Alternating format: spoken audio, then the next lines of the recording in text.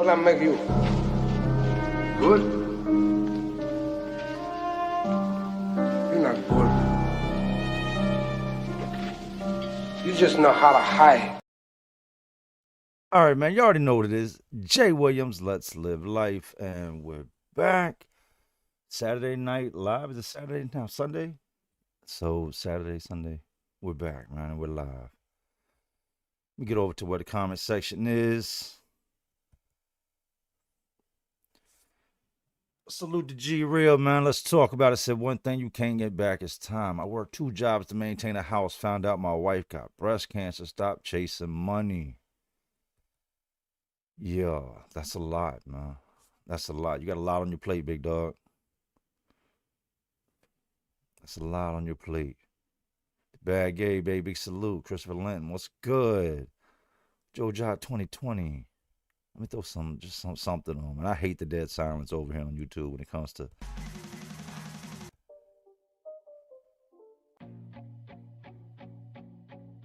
Give me a second. And even the upload, even the music you upload, like the beats and stuff, they're garbage. They're so garbage. So I gotta just. Nah, we can go with rage. All right, into the comments, man. How's everybody doing? How's everybody checking in from? Get into this in a minute. I was live on TikTok earlier, about an hour and a half on TikTok. It's another part of what we do as content creators. I've always just kind of did YouTube. Like, didn't do the TikTok, wasn't really active on the gram, Kick, Twitch, none of that. If this is what I'm doing, I've got to step my game up. Just let y'all know the wife is on vacation this week. She's been off all week, so I'm spending time with her. But I do have videos already recorded. I've got part 2 of the Pachyvision TV's interview dropping. I like to let my videos get to a certain number before I just drop over top of them. A lot of content creators don't realize that when you put something else out, you kind of just dubbed out what you put out before that. So I wanted to see that video grow a little more. I had a milestone I wanted to hit with it when I dropped part 2, but we drop it in the next day or so.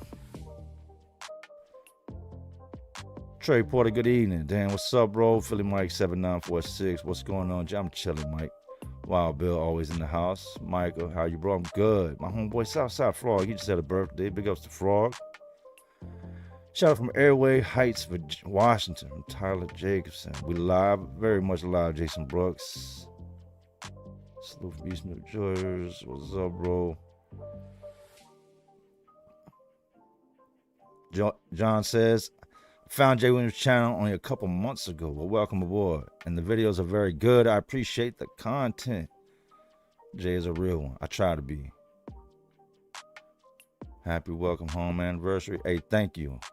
You know what's crazy is the October 28th made a year I've been home. And my anniversary with my wife was November 1st. Man, 11 years. What you know about 11 years of marriage?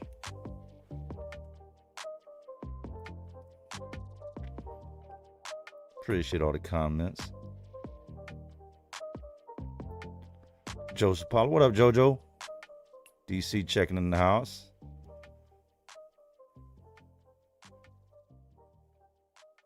$100 Snipe TV down. I remember back in the day with me, you, Philly, and Cream. Who are you, Snipe TV? Because you know some people. You know some people, man. You just mentioned Big Mikey. No, it's crazy being on TikTok earlier. I had 24 people in my live. 24 people in my live, man. It was a humbling feeling. If I had 24 people in my live over here on YouTube, I would be freaking out right now. I'd be all the way freaked out right now. Like, oh, we got to move. We're going to have to move. I am poor. I'm officially poor if 24 people show up. But over there, man, I'm not known like that. I'm the new guy. I ain't been the new guy in a long time.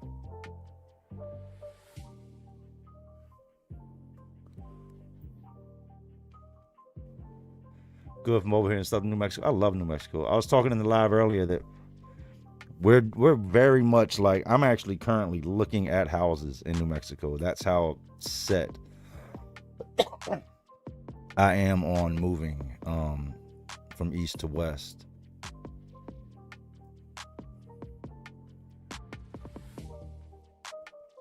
So much love out there, bro.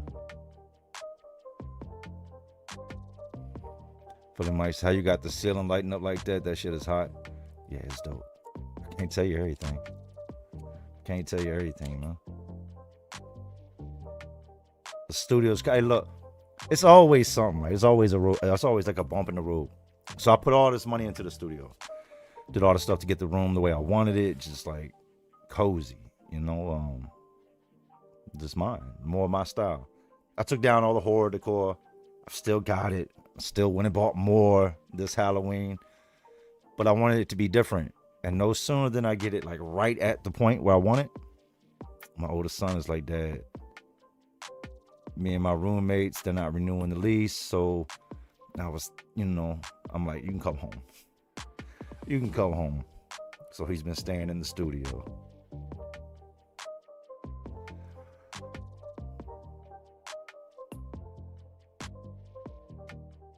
It's my first time catching a live, said Nate. Well, I'm glad y'all in here. But else said Jay Williams was on the top bunk. Okay. It's hard to get me out of pocket, man. He said 10 watching, 5 likes. Yo, you're going to talk about the food stamp shit? That shit's real. That shit is... And I've been watching a lot. Look, let's get into that. Thank you. I've been seeing a lot of comments that are related. People making videos that are related to the whole EBT thing, the food stamp thing. People not getting the food stamps. Let me make this clear and get this through to thick-headed motherfuckers that don't understand that not everybody is scamming the government. Some people need that. I watched my mom work 3 jobs growing up. 3 jobs, taking care of 4 kids. 4 badass kids. And them 3 jobs at times weren't enough to even pay the bills. So we grew up on stamps, real stamps. I'm talking about the paper, the greens and browns and the blues. Like, we grew up on them. We depended on them to eat. So I know that if something like this would have happened back then, it'd have been bad. We'd have been turning to the church, turning towards the school. We got a lot of meals fed to us from the schools and the churches. And it's crazy. It's crazy. They put people in a position with this election shit to where, and I'm not a political person, so we're not going to get too deep into this, right? This is just my point of view. They put everybody in a position to where it was like, who are you going to vote for, right? Which that's the position always. But you really ain't have a candidate that was worth the shit to vote for on either side. And here we are. You know what I mean? I'm not a Trump supporter. I'm not a this supporter. I'm not a that supporter. I'm a family supporter. I support a family, man. Trump ain't done shit for me. When he was cutting them checks, I didn't get one. I made too much money. I didn't get one. I didn't get all those big cuts. Like, nah, we continued to grind. But yeah, that's crazy, man. That's sad. That's sad. There are a lot of single moms out there with no help from the dads that need help. So we're gonna see how it plays out. I've been watching this Atlas thing. Y'all seen this with this big ass rock that's floating through space? And everybody's like convinced that it's something more than what it is. And it may be, who knows? It was like 3-eye Atlas. Crazy. If you don't know what I'm talking about, go check it out, man. So New Mexico is very liberal. Be careful. Look, I don't do all that. Like, if you were to ask me, like, to get into politics and like left wing, right wing, this, man, I like chicken wings. Like, I don't get into all that. I don't get into all that, man.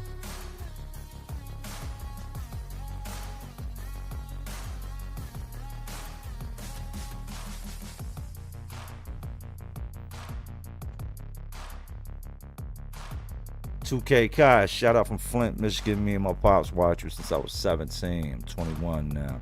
But I'm about to start plumbing and get to this bag. Keep doing your thing.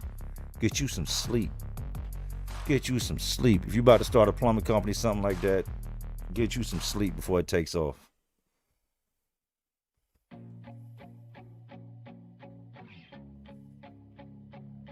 You say EBT is back?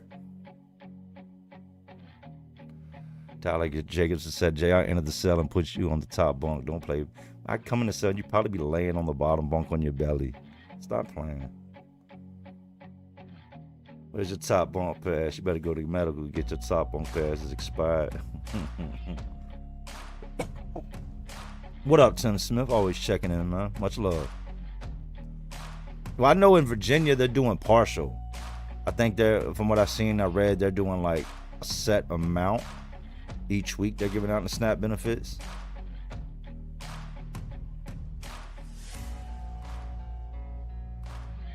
Adam in here? I seen somebody going to Adam just now, man. What you done said, Adam? Adam Siney said, what did these days? He's chilling. He bought a house, man. So he is always at the house remodeling. 7 days a week. So how you like the new OT Real the Wars I won? Awesome. Love it. Love it.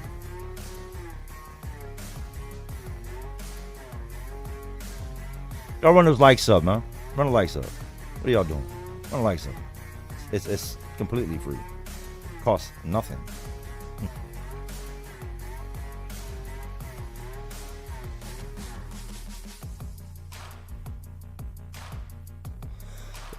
He said, people used to be too embarrassed to use the food stamps when I was a young and I didn't give a shit. I would spend the shit out themselves. Man, we used to compare food stamps. See, we had a little convenience store up the streets that if you bought anything that was like around what was it, like 25 cents, they would give you the rest in change. So we would go up there and buy the little yellow packs of bubble gum, the little hard ass packs of Now-Laters. Remember the little hard ass packs of Now-Laters, mess your teeth all up? We'd go up there and buy them. But we'd buy like one pack and pay with a stamp. And then we get back 3/4. And then we pay, hold on, I got another pack. They knew what we were doing. You know what I mean? It didn't matter to them. It's not their money. We're paying. And so we'd end up with all this change, all these quarters. And then we'd take them quarters and go do other stuff with it. Go to the arcade or whatever little kids did at that time. But yeah, I was never ashamed of it. I can't say that. If I was with my mom and we was in the store, yeah, hell yeah, I used to get ashamed. But then I got over that shit as I got older. Because I realized, like, everybody that I knew had them.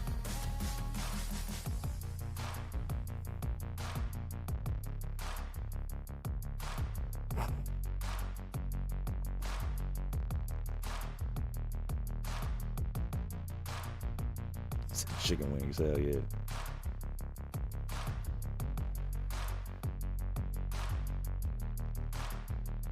How am I doing tonight? I'm good, man. I can say this, right? I've been home now 28th, made a year, right? And I've gone nowhere but up. Nowhere but up since I came out. Figured my shit out with the IRS. You can't win. Those are some people you never want to go to war with. Don't fuck with the IRS. Do not get them on your ass. Give them people all their money. Like, they come. And when they came, they took, in a matter of months, man, they took 60,000 right out the gate. And then over the next few months, they just kept taking and taking. And they backed off for like a month. Then they came back and started taking and taking. And the whole time I was locked up. It wasn't shit I could do. I'm filing power of attorney for this, firing this accountant, hiring this accountant, firing that accountant, hiring this tax lawyer, firing that tax lawyer, till I finally got the right team. And with a good amount of money, man, and hustle put into it, we're straight. We're straight, man. We're straight. We're good. The family's good. We're just chilling, getting ready for the holidays. Remember that used to be for a lot of people, don't let me say remember, that's still a scary thing for a lot of people. But I remember when the holidays would make people freak out. Because it's like now I got to come up with shit I ain't got. My son told me the other day Santa Claus ain't real. I said, well, good. Good, because if I ain't getting you nothing, then Santa ain't getting you nothing. He's like, no, Santa's real. So I know he is. But just getting ready, man. Well, we used to get that block of cheese. My mom's would mix it with sliced potatoes and bologna and bacon oven. Best cheese you ever ate. Best cheese you ever ate. And you have to cut it yourself. Slice that big ass block, right? Best grilled cheese you ever ate, man.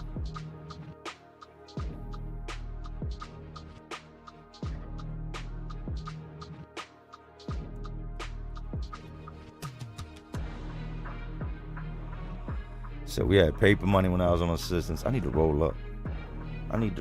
That's what I need to do. Y'all sitting there chilling. Stuff on these cones. Now, if you see me keep leaning, that's because this TikTok shit got me leaning when I hit the vape, because they'll make my shit like, I don't know, restricted. Say God bless your family. My family's good. Shit, really good, to be honest. My little girl's come so far. My little boy is just, he's a normal 8-year-old.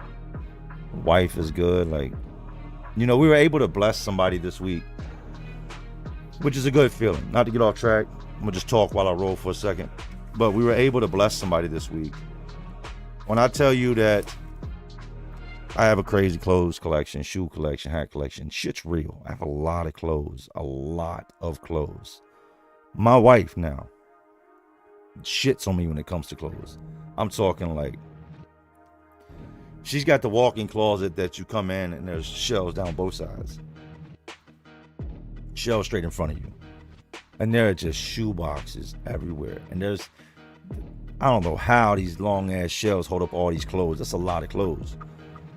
It's so many clothes that in the summertime, when spring gets here, she bags up all her winter clothes, which pretty much empties out about 60% of the closet.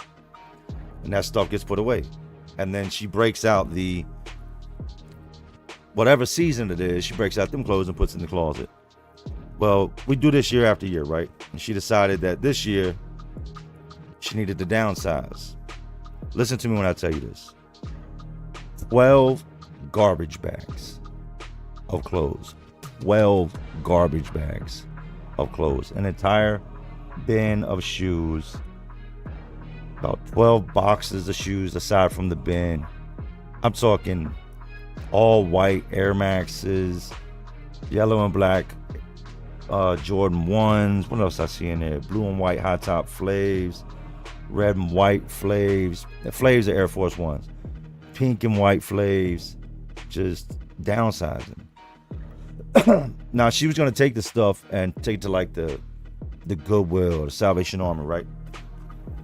And I was like, no, because not everybody can afford to go buy clothes. Mind you, now, these aren't your everyday $3 shirts and $4 bras. This is, some of the shit still got tags on it.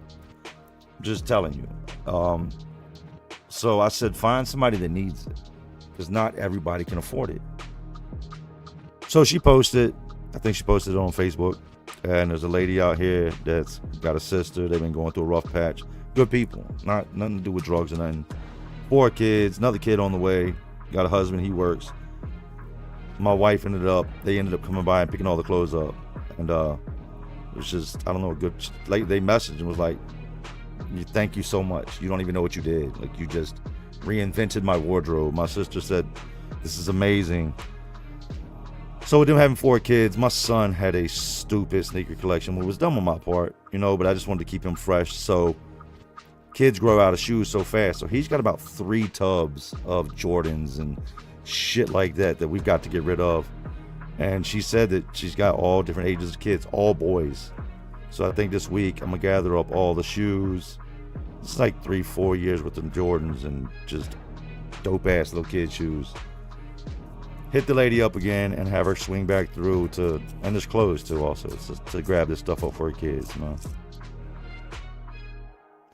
And even after getting rid of 12 bags, her closet is back to back again.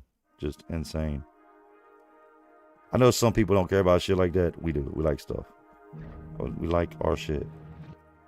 Y'all give me a second, man. I'm just twisting up real quick. Then we'll get back into the comments.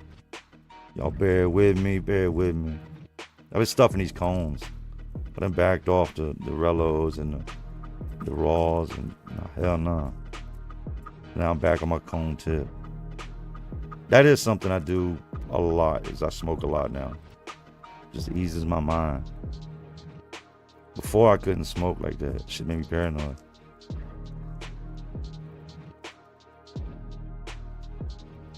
Said I send my stuff to the women's shelter. That's awesome of you. That's awesome of you. I mean, I understand people go to like the Goodwill and stuff that can't afford shit, but it's also a lot of people when they're just trying to catch a good deal. And on top of it, the employees, 9 times out of 10, I know if I worked there and some exclusive shit came through there, that shit is not hitting the shelf.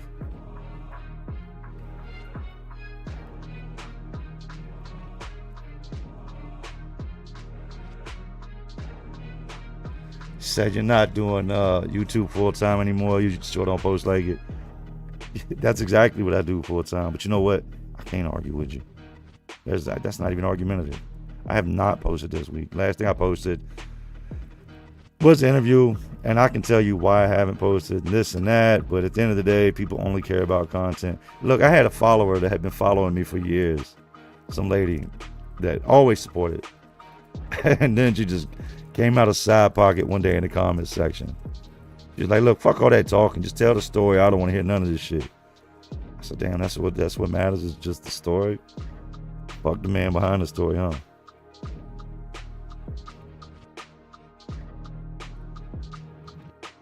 See, but a lot of people don't understand how YouTube works. I have what's called a back catalog. And let's talk numbers for a minute, right? Almost 600 videos. All types of videos. Almost 600 videos. If I don't post for the next 2 months, those videos stay in circulation. And that continues to make me a full-time YouTuber. Not saying that's not why I post or, anything. I'm just telling you the facts. Posting is definitely going to increase my revenue and bring a bigger check. But sometimes family's more important. I put so much ahead of my family and life and in front of people I care about in general that I missed out on a lot, and I can't get none of that back. Well, guess what? Tomorrow I can get YouTube back. I can't get back playing basketball in the driveway with my son. I can't get back, father-son field trips. I can't get none of that back. So sometimes I'm not going to have time to post. And, that's life. People will expect you to drop your family to hang on YouTube. That's the facts, though. The Golden Boy 2014 said, you got plenty of black fans out here, bro. It's crazy because I just realized earlier today we hadn't seen you in a while. I appreciate you, the Golden Boy. You know how many times I've been told just in the last few months I'm invited to the cookout? That's the famous thing now, Jay. You know you invited to the cookout.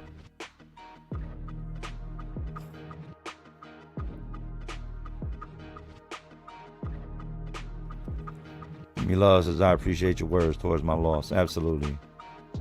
And I'm sorry for your loss, man. Seems like every now and then some of us we go through that where we're gonna lose somebody, but some of them some of them shits just hit way harder. The dude I just interviewed, the last interview with Packy, his little brother was 6 when he passed from cancer. 6. And he was 15. That's a lot to handle. I have friends that have lost kids to cancer, and that's just, I tell them all the time, you're stronger than me. You're stronger than me. I don't know if I could do it after that, man. I don't know. That's a lot.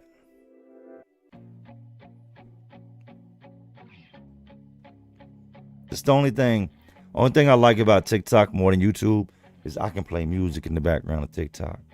So on TikTok, you get over there. We do the same thing we do on here, except there's a whole lot of music playing. I can play, it's a different song the entire show.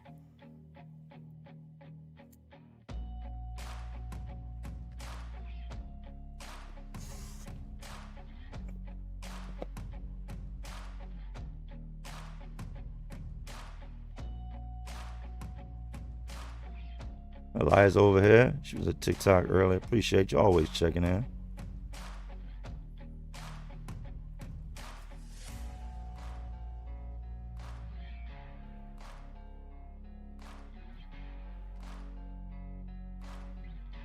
He said at 15 I'd crash out. He did crash out.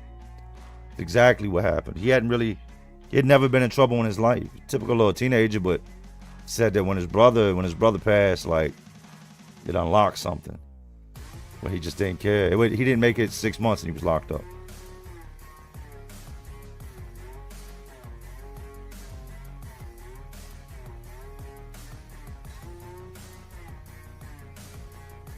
My homeboy Frog said Frog got Congenital heart failure, doctor says it don't look good. Man, you're gonna live to be 100, Frog. You're gonna been through so much. But if that day should ever come, you know. Me and Frog been friends since 1992, 93. So 32 years. 32 years.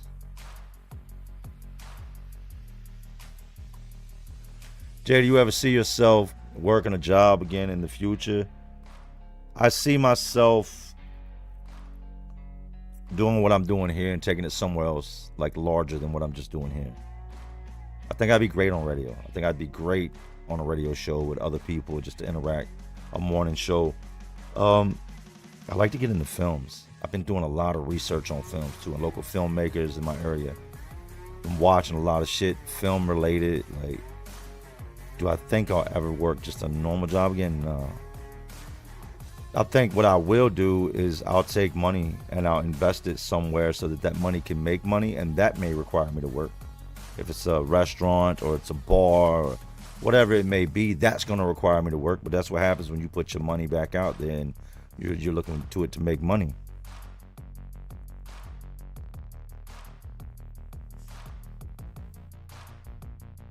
But right now, I'm loving what I'm doing now, man. I'm loving just being able to spend the best years with my kids. Like, you don't get these back. You don't get it back, man. I want to see them be them little selves again, but them days are gone. So I've got to appreciate it. I've got to live it. Construction was great. It was made a small fortune with construction, but it required me to be away from home a lot. The first year where there were 70-hour, 80-hour weeks every week. You know, some people be like, I haven't had a day off in 23 days. It was at a point where it was like, I haven't worked less than 12 hours in about 7 months. 7 days a week. Meanwhile, you come home, you're tired, you're exhausted, you're dirty, you hit the shower, you eat, you lay down, you get up, you get it again. That's the grind, right? But you know what's happening as that's happening? My little boy's doing like this. He's growing. Life, for the life that I'm creating, that life is passing me by. So I do want to keep myself in a position to always be available to them. Now, if something calls to where I've got to really put the work in and make it happen, that's what we're going to do. That's the fuck we do. There's no other option. Push come to shove, I will put the fries in the bag. Get it? Like, if push comes to shove, paper or plastic. Thank you for paying your 75-cent toll. Would you like some more tea, sir? Like, I'm going to do what I got to do, huh?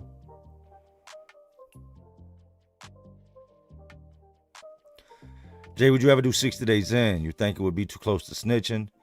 Maybe you get recognized in it. I'm not doing 60 Days In. First of all, I would 100,000,000% get recognized in there. Second, the show is based around telling on people. Now, I know they've had some seasons where it wasn't that. So I'm not, we're not going to get into that. But I'm saying the whole show was based around making the jail better. So you're either telling on the inmates or telling on the guards. You're telling on somebody. Now, I'm not doing 60 Days In. Would you work in HVAC? I've done some HVAC. It's just been a long time. Yeah. I don't really discriminate. The only thing I'm really not big into when it comes to construction is roofing. Roofers get drugged. Man, them dudes, they bust that. Them are some of the hardest. It's one of the hardest working trades there is. That and masonry. Like, and the money's just not there. That's one thing if you're doing it for yourself, it's there. But, for what a roofer gets paid, a good day of getting paid, I can do some painting to make that money.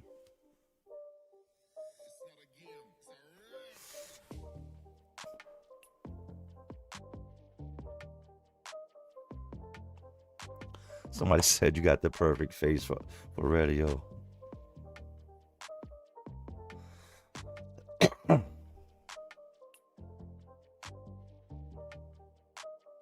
Yeah, Frog worked with me, he'll tell you. We would work from sun up to sundown. Like, get money. That was one thing about working for me, though. If you were a hustler, you could get me for 80 hours. I would let you, what you want to work? You want to keep working? Okay, work. Like work hard to get all the hours you want. You could run the clock up on me. Just do the work, and you're gonna get paid.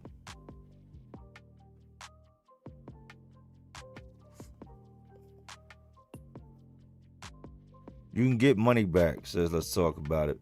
But time you can't get back. That's right. I can make more money. I can't make more time. I can make more money, man. I can't make more. I need to put that on a shirt. I can make more money. I can't make more time.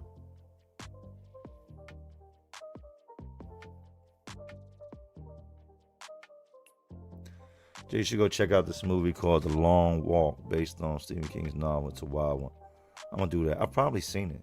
I've seen so many movies lately that I'm just burnt out on movies. Y'all see Strangers Chapter 2? Stop. I'm gonna talk about a movie that pissed me off. Stop. He said, I want to run a food truck. That's a good business. And we got these Spanish ladies out here, right? They'll pull up on the job sites out where like these big buildings, big complexes are being built. And they will 100% have minivans, 2-3 minivans, and they'll pop the trunk on these things. Boom, boom, boom. Pull out tables. And they have been up all night cooking. And they have got some bussin' ass Spanish food coming out these big silver trays in the back of their cars. And these ladies are making a killing. So you'll look over, there'll be 30, 40 Spanish dudes at the back of a minivan. And she's got this shit well put together. They said, fuck the food truck. I got an Astro.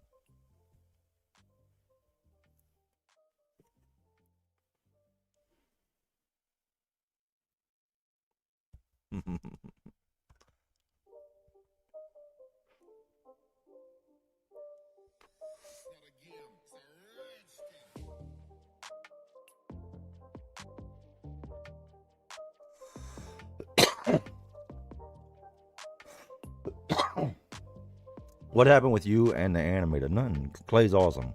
Talking about Clay Miser.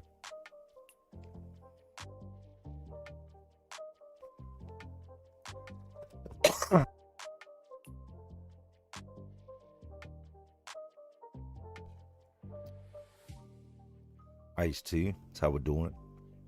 Yeah, I seen the egg guy thing. Crazy. Crazy. I was confused though. As they were like, you know, when you're watching it, they start showing you like movie scenes from like Alfred Hitchcock and all that. That shit was throwing me. And then the end, it made sense. But it damn near had me click off. Like, I'm confused. Did I miss something? Did I not like, did I fall asleep?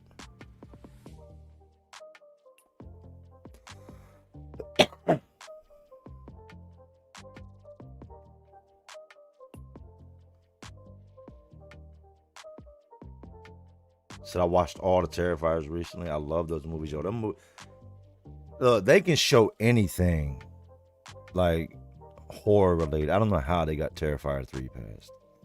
I do not know how they got Terrifier 3 passed. The movie starts with this bitch dressed up like a clown. Like Santa Claus. This creepy ass, psychotic, demonic ass clown with the world's worst fucking gingiva. I use his breath, Scott. Anyway, is in these people's house on Christmas Eve. Goes in the bedroom, takes this axe. This scary motherfucker totes his black trash bag around. He takes this axe, this dull ass axe, and just goes in on the husband that's sleeping in bed. The wife feels it, doesn't realize what's going on, rolls over, sees him just all fucked up, and this clown standing there. She runs out the room, runs into a little boy's room. This is a little boy, like probably 6, 7 years old. Clown to put his ass to pieces. There's pieces of him all over the room. It's just it was a lot to take in, bro. It was a lot to take in, and I was never a fan of the Terrifier series, so I watched them like you said in a row. It was a lot to take in. I said these bitches are tripping, man.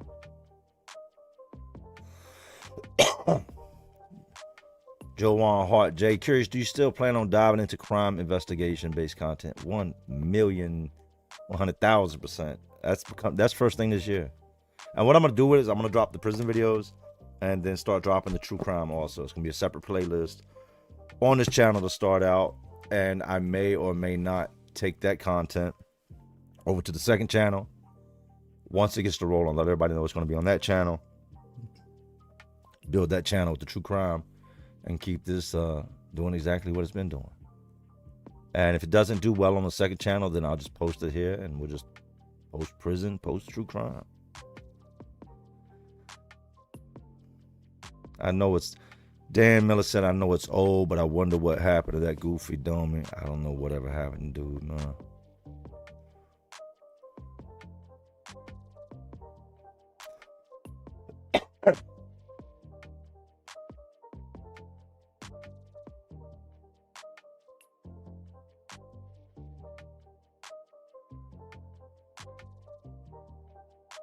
And then you say, how you make your ceiling do that? Some magic ceiling. Jay, what you think about some gourmet edibles? You gotta be careful with the edibles, man. You know when it comes to like smoking weed, you can smell that bitch and know if it's fire. Like, you smell? Yeah, it's fire. Them gummies, them shits will trick the fuck out you. You fuck around, eat a gummy, be on the floor having a whole entire seizure. Go in the bathroom, fall asleep on the toilet. Like, you got to know where you're getting your gummies from.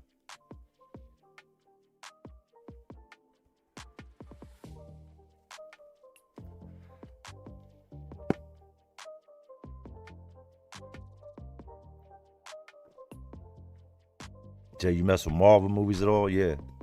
We just watched which one was it? Guardians of the Galaxy 2 again the other night. Great movie. I like it just for the beginning when Groot's dancing. When everybody's getting they're full-fledged war and Groot is just dancing. He done plugged the music in. Yeah, I mess with him.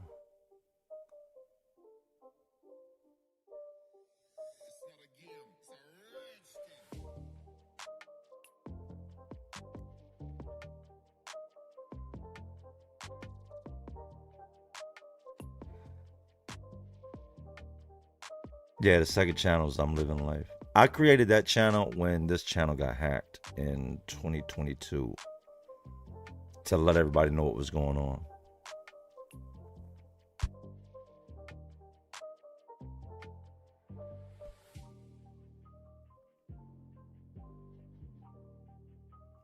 Trying to catch up with these comments.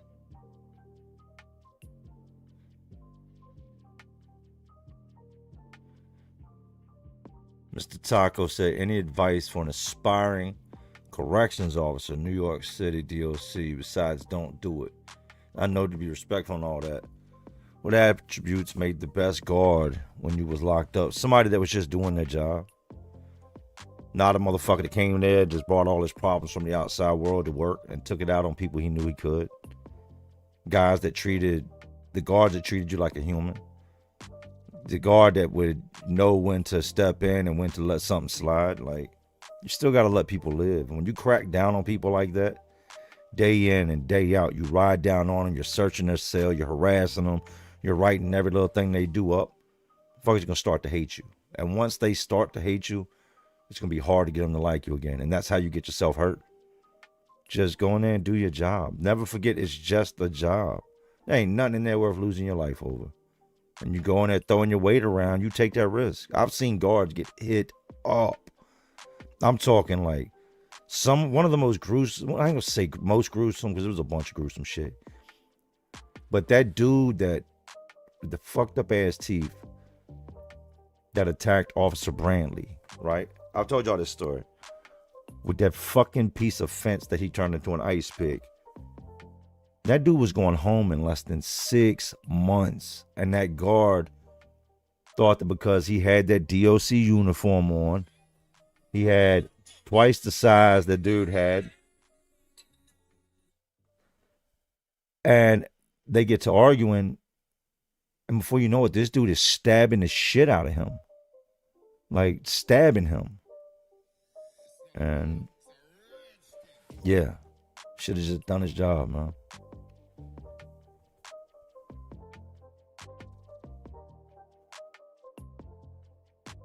Said, I think the Booty Warriors passed away this week, a.k.a. Felice Johnson. Did he? I ain't hear nothing about that.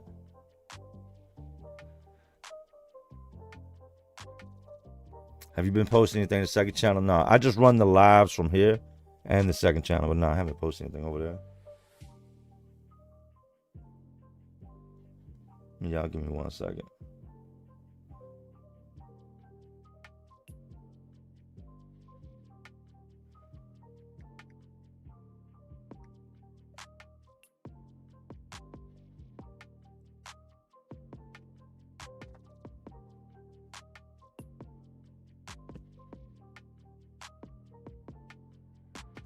New Strangers was ass, complete ass. Complete ass. Tell us more about Buddy Lee's cellmate Ernie. Ernie was a nut. Ernie was legitly. I like when y'all bring up old shit too. Ernie was a nut. Ernie was a fucking. I don't even know how to describe Ernie. A West Virginia hillbilly with his hair cut off that had gotten old, had the roughest hands. He said he had there's like cancer on top of his hands, right? These big ass rough spots on his hands. And that bitch just looked like he should have been an extra in a John Wayne movie. Like just one of those mean and tough ass old men, right? And I remember conversating with this dude. I'm pretty sure Ernie's dead now. But I remember conversating. And Smitty introduced me to Ernie. And this man just talking freely about shit that you would only see in movies. Like, here's things you never expect to hear, right? Like when you think back in your life of shit you heard that just could really blow your mind, you would never expect to hear a man say, the hardest part of skinning a human is the nipple. Did you hear what I just said? This man said the hardest part of skinning a human is the nipple. Who says shit like that? Who does shit like that? Like, yeah, Ernie was a nut. Ernie was a fucking straight nut. And Ernie got out. That's the crazy thing, is Ernie got out. But Ernie was a nut.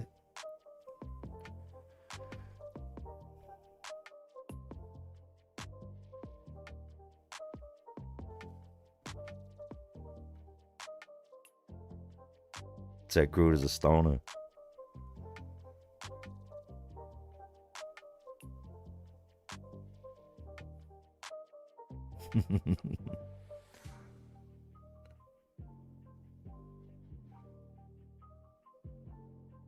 Prison guards gotta stay humble. They better stay humble. They better stay humble, man.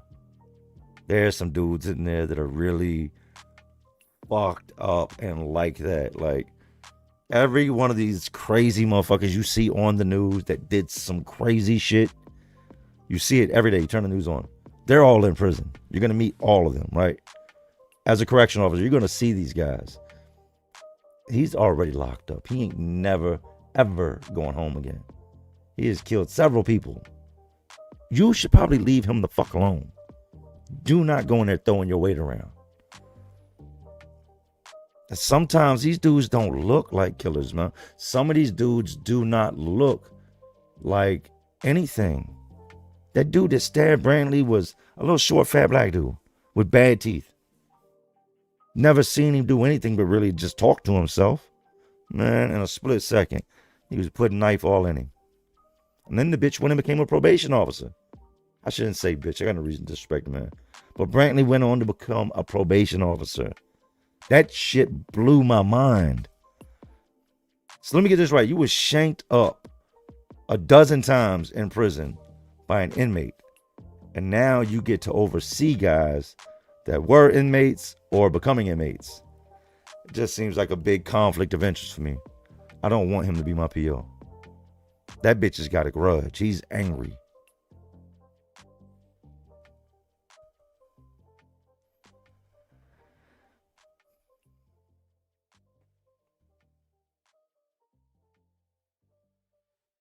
Somebody said, what the Feezy? I ain't see Bill if he's in here. That's my guy, though, man. Much love to Bill.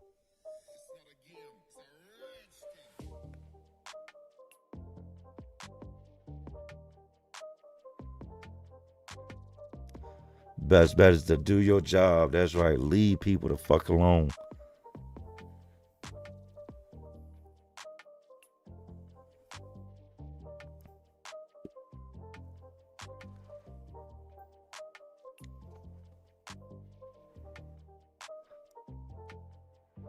Bill's in the building. That's my guy, man. Shout out to him. Had a lot of good talks with Feezy. We don't never even really talk about YouTube. That's a crazy thing. We talk about life. Like,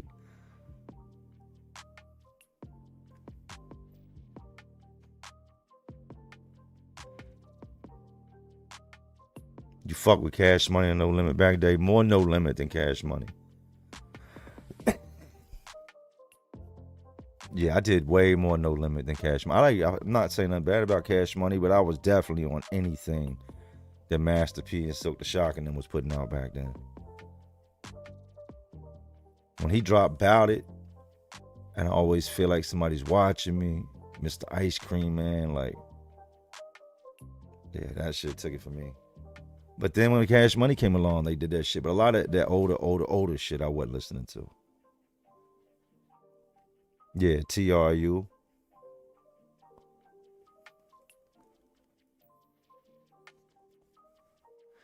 Over the Big Set Crazy, I started watching you when I was 26. I turned 30 this year. Time flies. It's crazy. I started doing this when I was 39. Now I'm 45. See this? See this? It is gray. I didn't have this shit. I had some. I had a little bit last year. But the whole bunch of this shit is new. This shit just showed up and shit you gonna do about it. Them shits, they're here. That's just like lice. It's just gonna take over. But you can't treat this. The only thing you can do is change the color, and it is what it is.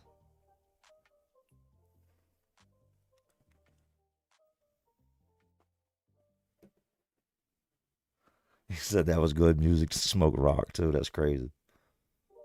That's crazy. Hey, I met one of the coolest dudes this time, right? I need to get in touch with my homeboys to find out about it. Because I think they got his number. But he's a black dude. And this dude's missing a front tooth, right? I'm talking about good sized dude, square ass head, country motherfucker, man. I was talking to him. He used to come out the cell in the morning. And he used to sing that Lionel Richie song, Hello. You know what I'm talking about? Hello. He comes out the cell and he would just sing like the first 30 seconds of it. You just expected it. He loved the song, right? And I get to talking to him one day and he's like, I ain't coming back in here. I said, you been here before? He's like, yeah, about 5-6 times. So I said, what are you gonna do when you get out? He said, I'm gonna smoke crack. I said, man, you just said you wasn't coming back in here. He said, I'm not gonna get caught smoking crack, but I'm gonna smoke crack. It just made me think about that, man. But he was a cool ass dude. I said, stop. Like, that's not a regular response. Most people, I'm gonna go get a job. Like, fuck, have some type of like something. Not him. He's just gonna go smoke crack and sleep with fat white women. That's what he said. He said, and he stays, and it's one of the black dudes that stays in the trailer park, right? Just for the love of overweight white women. And that's all he talked about. We got the last trailer all the way on the end, so that's like the best trailer, because then you only got one neighbor. The beside us is a field. I said, man, you got too much going on, man.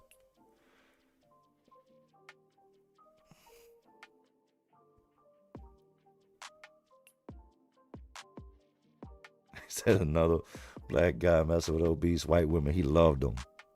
But this dude, but you gotta look also, but he wasn't, I'm not gonna add this. He wasn't your typical like black dude. Like, this dude knew as much rock music as he did, probably more than he did rap.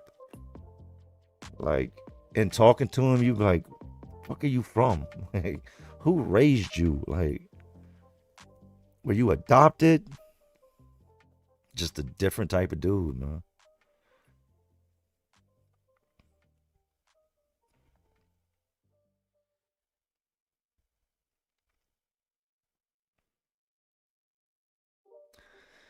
What's the black maintenance employee for Greensville? Cool cat.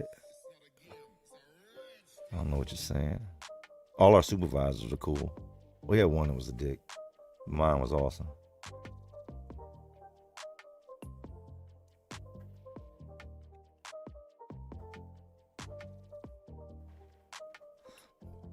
Please do a video on the innocent men locked up. I've done videos on several.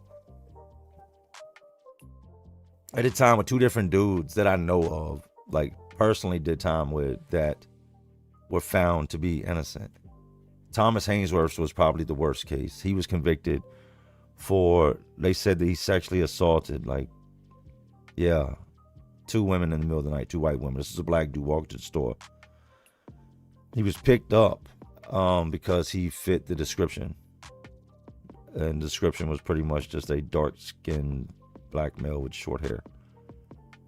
Which was very, and this is a long time ago, which was just a very common look, especially in the neighborhood they were in. Everybody was a suspect. These women picked this man out of a lineup. One of them picked him out of a lineup. They went on to convict him on some terrible shit. And he went to prison convicted with those type of charges at like 19. And I want to say, what was it, 27? I think he spent the next 27 years in prison. And I used to see this dude, and I'd heard about his charges and his crime, and like, so you can't get the weights after us. Nah, don't ask. You know what I mean? Like one of those type deals. And he was fucking innocent the whole entire time. They cut him a check. I think it was like $200,000. 27 years. Sorry. Here you go. There's, some money. Gave him a little job doing something with the governor. Life is gone. The other dude, the Ice Boy that we used to have in our pod that they found out was innocent, was doing time for something just like that because a girl said that he did something. All she did, she lied. And years later, she came forward and said that he didn't do it, and he was released. That was the Montgomery boy. Like, that's a lot of. It's a dude right now I've been seeing that I did a story on a long time ago. I need to revisit it, and I need to talk on it because people need to know that's doing 1,600 years here in Virginia, right? For shooting his father with his shotgun after finding him on top of his little sister, right? They convicted him and gave him 1,600 years. Dr. Phil, they did a special on it, talked to the sisters. The sisters said, yeah, it's true. That's what he'd been doing for years. And this is terrible. He's in prison behind it. And they tried to make it look like a robbery gone wrong. And that he opened the door, seen his dad, and then had no choice but to shoot him. It's just some crazy shit. And all the sisters are saying, yeah, he was doing that to us since we were very small. And he happened to catch him, and that's when he shot him. That's some shit I need to revisit. I know he's met a girl. I see this chick all the time. I think her name's Billy on TikTok posting stuff about it. And she's been riding with him for years, man. Riding. 1,600, bro. 1,600. 1,600. Like, is that shit a bad joke? Like, you didn't give me 100 plus 50. You can't, like, crazy, man. Crazy. That's some shit you go back for. That's some shit you go back for. Like, he said, what's her name on TikTok? Let me see if I can find her real quick.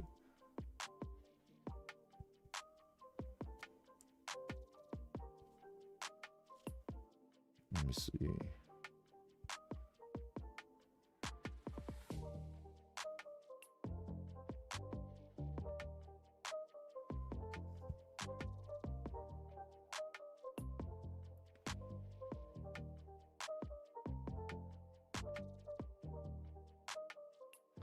This her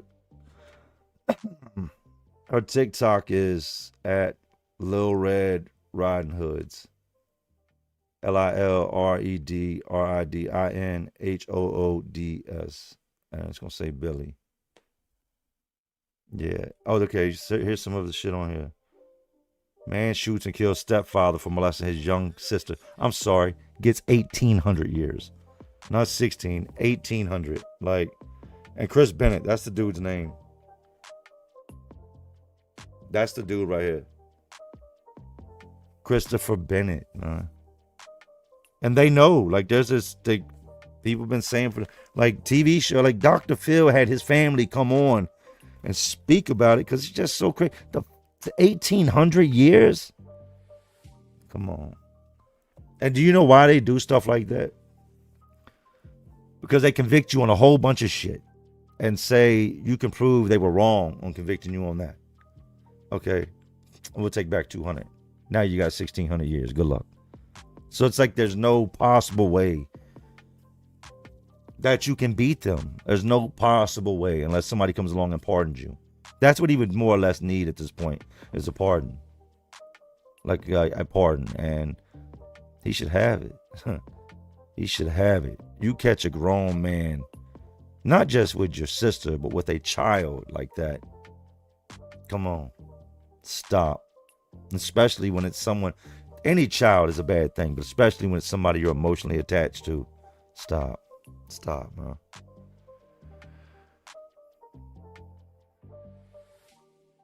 Yeah, he's got a crazy story, man. Crazy story. And he's been locked up ever since he was a teenager. A long time now. And they don't give a shit. They don't care, man. They really, as sad as this may sound, they do not give a shit. I used to say shout out to the judge and the prosecutor that gave me my prison time and sent me away for 10 years, right? I used to say that because I felt like me going to prison, that saved my life. But looking back on it, there is no shout out to them, because you cannot tell me that there's any judge in this world that can say when his career is done that he didn't think, looking back on it, damn, I did too much on that case. Or damn, I might have gave him too much time.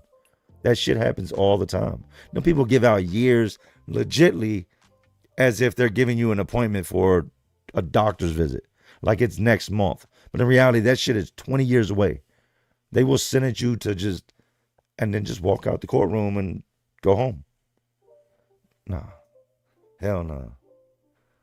How can you give somebody 1,800 years after hearing everybody in there testify to the fact of what they're trying to say happened? From the children, the older girls. Stop.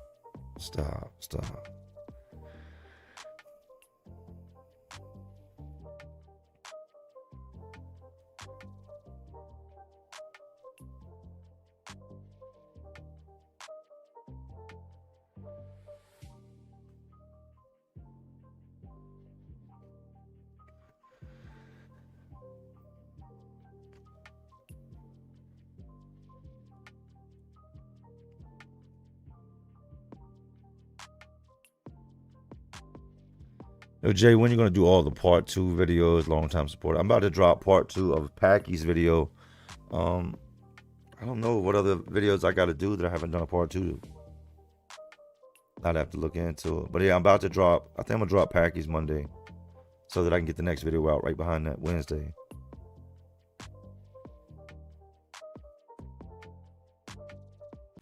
B starting annoying me. I'm going to stay on for a little bit longer, man, and I got to get to bed. Just wanted to tap in with y'all. I like to stay connected. But y'all see I'm here. Somebody, Banky, hit me up the other day and said, you good?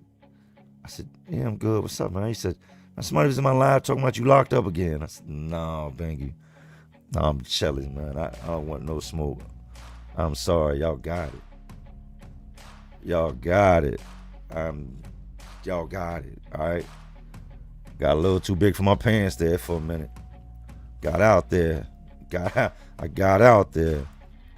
Started feeling like I couldn't be fucked with. You don't do that. Don't ever think your ass is bigger than the program. Don't ever think you are bigger than the program, because you're not. You're not. You can't win. No matter, it don't matter. Y'all see what they did to Diddy's ass? All that money. That man's got crazy money. Long money. You know what I mean? Like generational wealth type money. To where your kids are okay type money. And that bitch going to federal prison. There was a time when that amount of money could make a case go away. Not today. Not today. Back in the 80s, people with that type of money, shit. You better not be a witness or victim in anything to do with anything. You know what I mean? Like, they was coming for your ass. Not today's world. Hitman, they got to retire. The days of hitman, that shit is over. You think you're getting away with something? You on 17 ring cameras.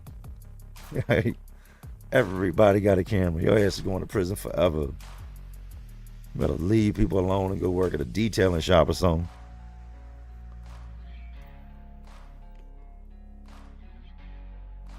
I'll say pause. I gotta roll up. Said meeting killers in the I unit, which is the Greensville Death House, will open your eyes as a CO. Hey, they had me on lower 5. If you was to CO up there, and you know anything about lower 5, lower 5 is closed. That part of the hole still got the tiled showers in it. Because they used to house all the like dudes that were on death row before they started sending them to Sussex. The lower 5 has got the cells with the little shower in the corner in it. You never leave the cell. You're there until they execute you. So I pissed the guard off when I was in the upper 5. And to punish me, he took me and put me on the lower 5 by myself.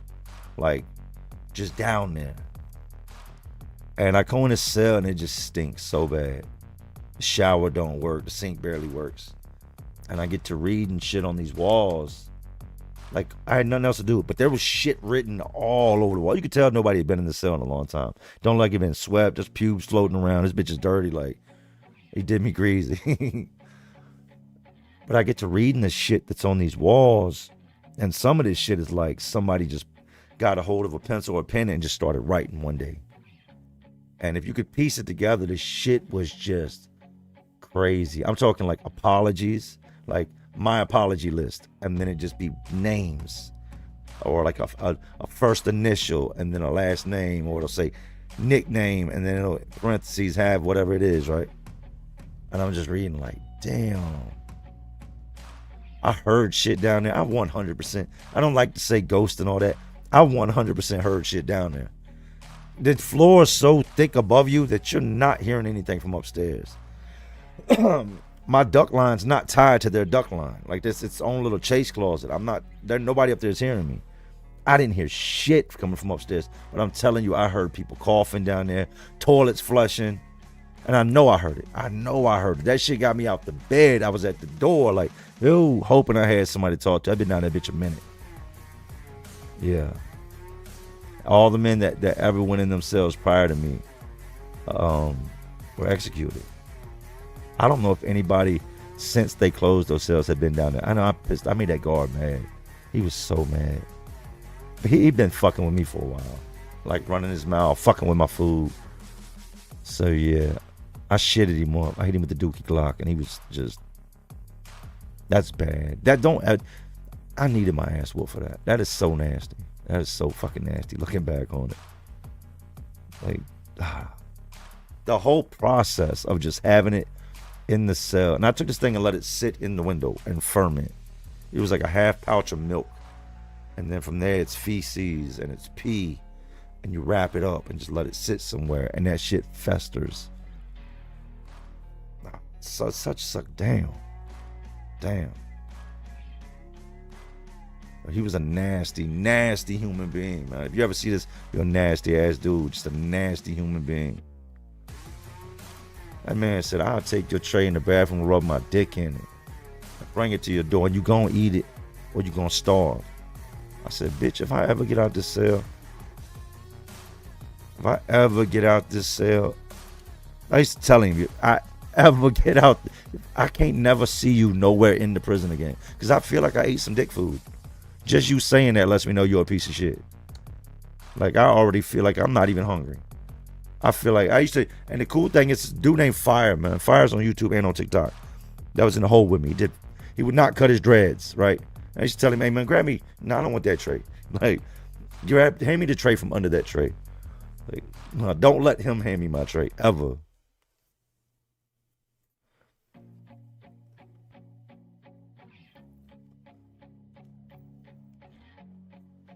Hey, the Dookie Glock was so bad. It was so bad that as he was running down the hallway screaming, because he was covered in this shit, and this shit smelled foul. My biggest concern wasn't getting ready for all these guards to come through. My biggest concern was washing my hands, because that shit went everywhere. The door's got these little tiny holes in it, like almost like a cheese grater. So I got this little flex pen and put it into the bag and tied a string around it. So now that bitch is like a high C, except there's no fruit punch. This is the Dookie Glock. And that pen is small enough to stick in the hole of the door. So when he come out and squeeze it, boom. Oh, that shit shot back on my arm. He freaked the fuck out. Like, freaked all the way. That bitch turned gray. Like, just, it was like slow animated. Like, Just shit all, and I just kept squirting it till the little bag went empty. I left the bag with the nozzle hanging in the door, went straight to the sink. Shit on me. And they came in there and it was so bad. It was so bad. You know it's bad when they don't show up. When they come and they don't have the camera. When they got that camera, they can only do so much. When them bitches come and they ain't got that camera with them, you already know. They're about to fuck me up. And those be some of the worst ass whoopings, because it ain't shit you can do about it. You can't run up on him and beat his ass next time you see him, because it'll give your ass 5 more years for fighting the guards.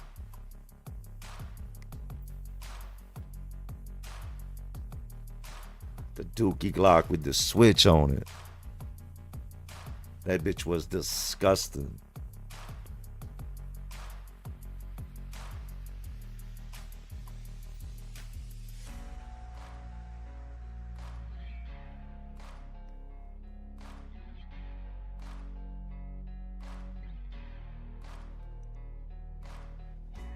Yvonne Hernandez said the 4th would have been my 19-year anniversary.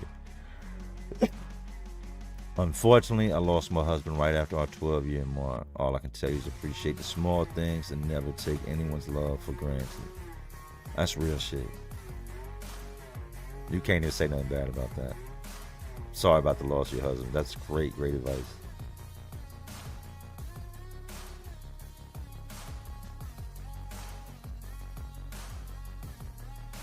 He said I deserved to get my ass whooped. I earned that ass whooping. But you know what? It didn't matter how much they fucked me up.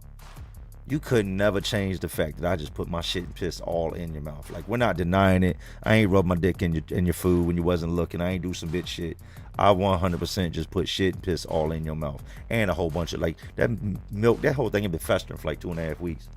The milk had separated from the water, from like the pouch itself, and went up top. It was like watching oil separate, and the bottom was clear. So it was just cottage cheese. But yeah, Dookie Glock. That bitch got you don't need but one in the clip. That bitch, the one hitter quitter. But it didn't matter what they did to me after that, because I had already won. Unless you go pissing shit in my mouth, you can't beat me. You can knock one of my teeth out, you still ain't win.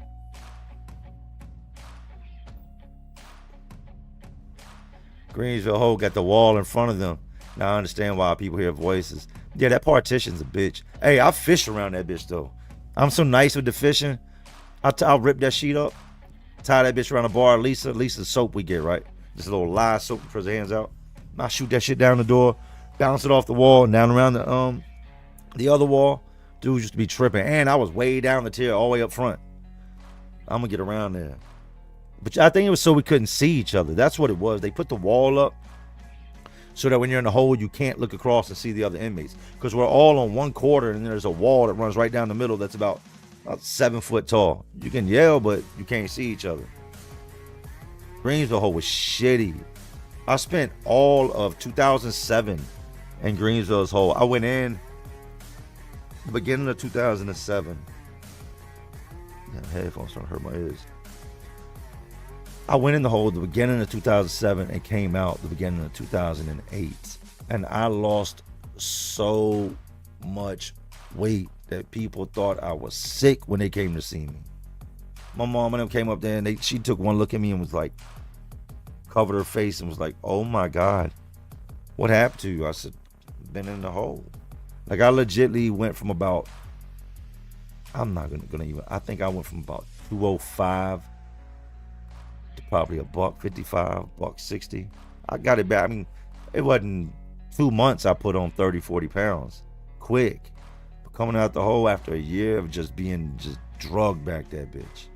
They were so grimy to us in the hole. You're not, and there ain't no seconds, ain't no commissary, ain't nothing you can get off nobody else's tray because you ain't passing shit. Like, damn, you would be. I remember them. That was some bad nights. Hungry nights.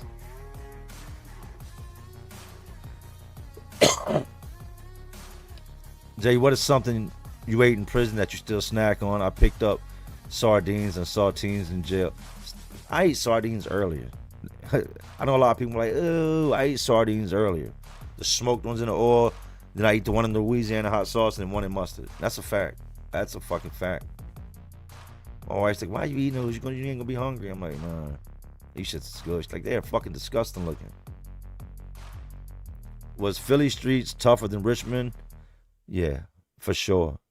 Because everybody's packed on top of everybody. And Richmond is neighborhoods, projects. Philly is just fucking row houses everywhere. Everywhere.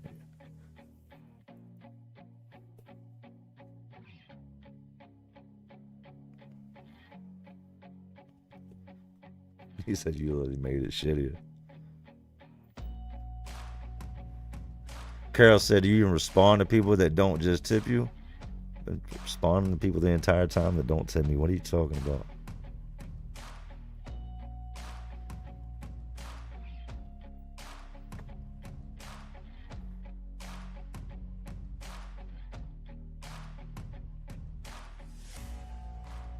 Philly is worse now. Philly was bad back then. Philly in the 90s was just, I don't know, everywhere in the 90s was fucked up. Virginia was fucked up. Richmond was super off the chain and fucked up. Then I get to Philly, and I'm thinking it's going to be something different, and it's just more fucked up than where I just left up. It's just, Philly was always off the chain. We caught wreck out that bitch every single day. Like, to the point that I remember when me and Brian got locked up, and we were in the holding cell, right? We're looking at our hands. And I remember thinking, I just got locked up on a robbery charge. There's nothing good about it. But I do remember at one point just like kind of moving and like squeezing my hands. And like, yo, my hands are mangled. My knuckles look like busty grapes. My hands were twice the size they should have been. We were catching wreck out that bitch every day. And he had some beef going when he left Philly. And he told me going back there, he said, look, I got some beef waiting on me when I get back to Philly. I said, all right, well, you know, I ain't asked no questions. Whatever it is, we'll deal with it when we get there. And we sure enough did. We did. Right out the gate, it started popping. And then we got that squared away. And then it was just like there was so much going on in Southwest that it was just an everyday thing. Everybody's a fucking tough guy. And unless you're going to be a bitch, you got to be a tough guy, which means you're going to constantly be getting into some shit with dudes. We got into it. If he ever does another live or anything, y'all ask him about this. We got into it with a fucking baseball team. Who does this? At Finnegan Park, who does this? Like, these dudes pull up, and I guess they're using the park for something. Like, it's a whole baseball team. They all got jerseys on. Bus driver. It's a fucking school, right? And at the time, I'm young, man. I'm like 19. And these are high schoolers, seniors. And these dudes are talking shit. We're walking down the sidewalk. And we got like 2 12-packs of like Natty Ice. This is back in the day. And we just come back from this little place, you know, grabbing this beer. And these dudes are talking shit. And they start leaning out the windows, swinging this, swinging that, throwing shit at us. Man, this shit got real so fucking fast. One of the dudes leaned out. My homeboy Jimmy Paul. Rest in peace to Jimmy Paul. He rocks this dude. I'm talking about rocked him and left him slumped, hanging over the window outside the bus, unconscious, ass still inside the bus, and he's hanging out, knocked out, big tall white dude, right? Then these dudes start coming off the bus with these baseball bats, and it's me, Brian, Jimmy Paul, and it's like we're not gonna run because if I'm not gonna run because they're not gonna run, and they're not gonna run because I'm not gonna run, so we just got to fucking deal with this shit. These dudes start coming off this fucking bus with these bats, and I remember just taking these beers, and I'm nice with the throw. I'm nice with the throw. We just start pinging them. Bombing their asses with these 12-ounce, you know, Natty Ices. Yeah, shit got live in Philly, man.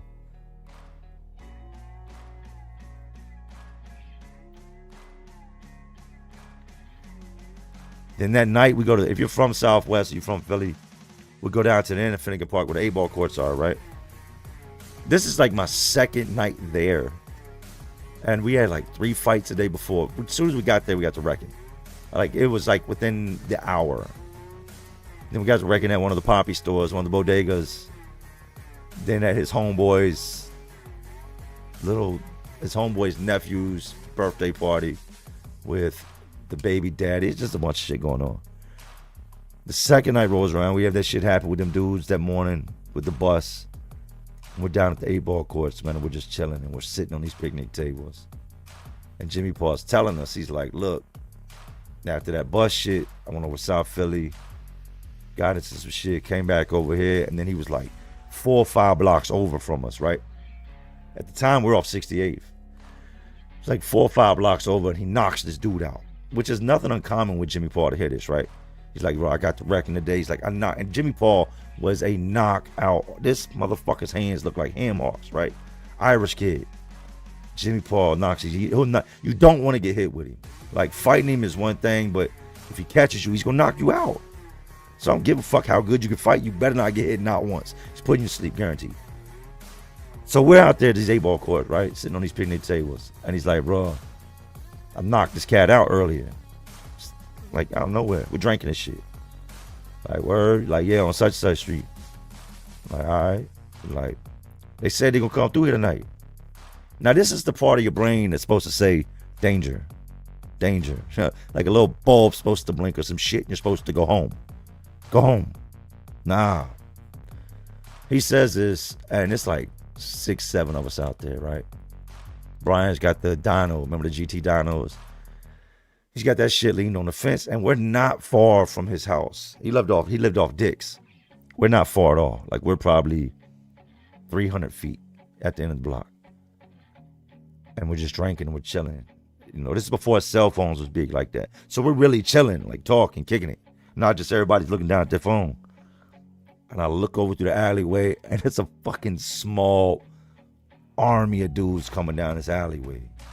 And these are all black dudes. Jimmy Paul had been over in this other neighborhood. Philly still got somewhat, I don't want to say segregated neighborhoods, but you got more black dudes in this section, more Italians in this section, shit like that, right? At this time. And I didn't see them at first. I'm talking to one of my other homeboys. I think I was talking to JJ. And I seen JJ's eyes like change. And then I heard Jimmy Paul go, hey, that's the bitch I knocked out right there. Like it's nothing. He's ready to wreck because he's laying people to sleep. Bro, I look over and there are motherfuckers everywhere. And they just start, there's a small fence, right? It's like 6-foot fence. Not even 6. No, we could jump that fence. That bitch was not 6 foot. The bitch was like what you'd have inside your yard, like a 4-foot fence. 6 foot. I'm used to prison. These dudes start hopping the fence and we just get to wrecking. I'm talking wrecking, like rumbling. You give it everything you got. You bitch, you better not run. You can't never come out the house again if you run. You got to move. You can't live in the neighborhood if you run. You got to fight, right? I see Brian, as soon as it pops off, I look and I see him grab his dyno and take off. Not once in my head did I think, damn, my brother just left me. Never. I already knew. That bitch is going to the house to get the gun. That bitch is going up there, put that bulletproof vest on. He's coming back down this block on that bike right there. And when he gets down here, shit's going to get to popping. I knew it. I know him. I know him. Known him my whole life, right? I'm in the back and I'm in the corner and I'm fighting with these 2 different black dudes, right? And the one dude, I dropped him twice. So he's getting up and he's more or less like stumbling around, and now I'm trying to fucking wreck with his homeboy. I done got pinged up, right? We're out this bitch fighting, but ain't nobody running. Man, I hear and I look, here come this motherfucker on that dyno with that vest on. Thumping at motherfuckers. They get up out of there, right? We disperse. Everybody disperses. Shots going on. Gives the gun to a crackhead. Told the crackhead to hold the gun till the morning. Crackhead sold the gun that night, right? But yeah, Philly was crazy. Crazy back then. I remember the older dudes out there, right? They used to run the blocks before us. Was sitting in a car, doing their bones and them. And they watched everything we had going on. And when the whole ordeal had ended, we was up our way. We got up on Inwood Ave. They rolled back around the block. It's like an hour later. By now it's like 1 o'clock in the morning. We're young, dumb, out of control out this bitch. And like, man, let me holler at y'all. Y'all know they are. They know we are. Like, they all from the same neighborhood. Like, shit, yeah, y'all holding shit down. We watched y'all. Proud as fuck. Ain't nobody run. We thought Brian ran it first, but he came back and set it off out there, bitch. Like, we was young and snapping, man. Snapping the fuck out, man.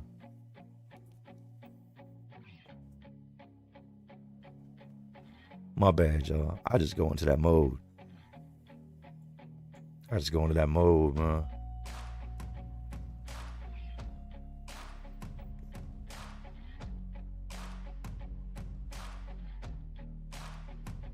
You ever miss it? I miss my young and dumb days sometimes. Miss my homies who are gone now. Missed a lot of people. Lost a lot of people. Lost more people than I have now. More of my friends are dead than they are alive, and that's just a fucking crazy fact. Not many of us made it. Not many of us made it, man. And some of them that we lost was like, had been through real shit.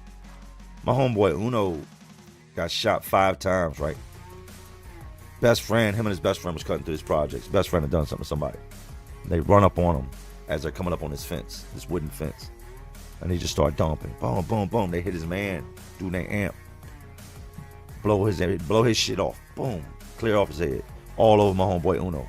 Uno hits the fence. He said he just remembered shots going off, right? Got blood all over him. His homeboy's dead. They hit him up. Bam, bam, bam, bam. He's in the hospital for the longest time. Colostomy bag, all that, healing up. They shot him, lit his ass up, thought he was dead. He comes home. He just starts drinking. Like, from the time he got up to the time he passed out, he was drinking. 7 days a week. Couldn't hold a job, like was fucked up in the head after this. A fucking fentanyl-laced blue Xanax would be what ultimately took him out. That motherfucker, I didn't think nothing could kill Uno. I didn't think nothing could kill him. That one was, I did some shit. Uno was a character though. That dude was a character. I mean, we was at a house party one time, and I seen him do like this. I said, no, don't, bitch, you better not. He looked around, lifted this girl's couch cushion up, and threw up underneath the couch cushion and put it back down. I said, you about a trifling bitch, man. Rest in peace to Uno, man.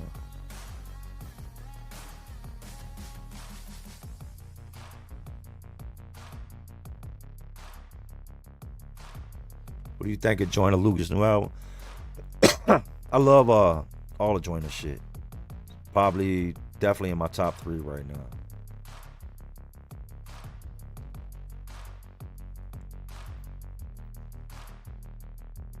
But do I miss it? I mean, a lot of shit was exciting. There's no denying that. If you was crazy in your teens, when you were younger, that shit was exciting. But nah, I wasted a lot of time doing dumb shit. Dumb shit, man. I got a homeboy, my homeboy Jeremy, that when we all chose the streets, he's from the neighborhood. So that you gotta do this, you gotta do that. No, you don't. We all chose the streets, and he chose to start working. He's been at the same company. We're the same age, almost 25 years now. Retirement coming up. That's the shit I should have been doing. But nah, I wanted to be a gangster. I wanted to run around the streets. Don't y'all love how after you wear glasses and you take them off, then you look weird?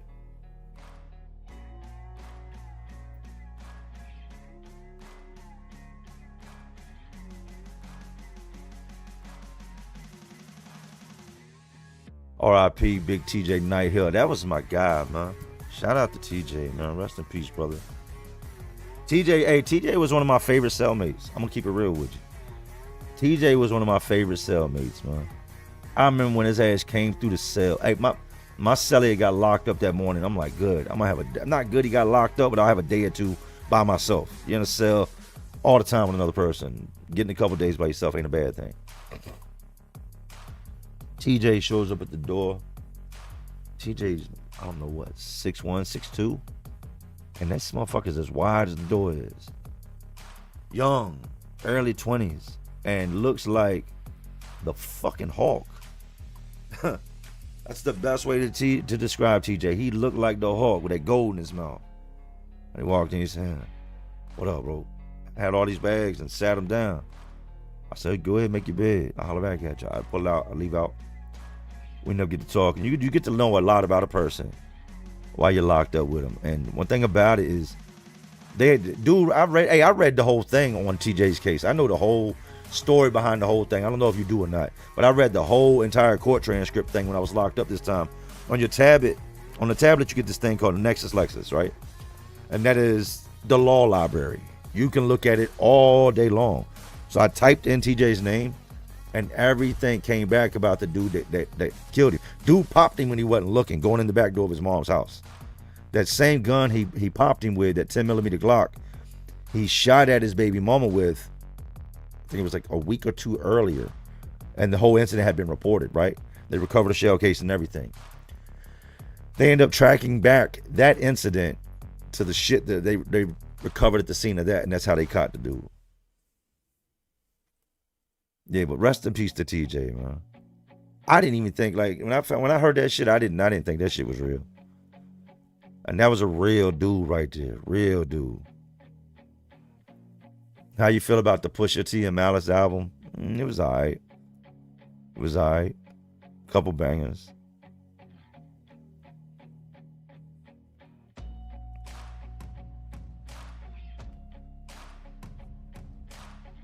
You hear some crazy shit locked up, man.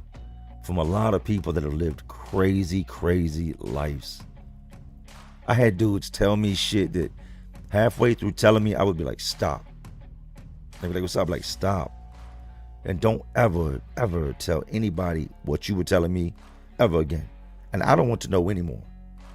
Because that shit right there, like, you don't tell people that. Like, crazy stories. A lot of hood dudes, man, that had bodies. Like bodies and bodies. That talked about the shit like you talking about going to Walmart. Like nonchalant about the shit. Like, fuck it. Figured there he was. I pop him. Mom was standing in the door. Like, that, and what? You meet some crazy people, man. This dude, this Pennywise dude I met this go around though in the holding cell. The dude that had whatever condition he had. That shit was sad. That shit made me angry to be in that holding cell. Not because of what he was doing, but he needed full-time supervision. Full-time. He needed his mom.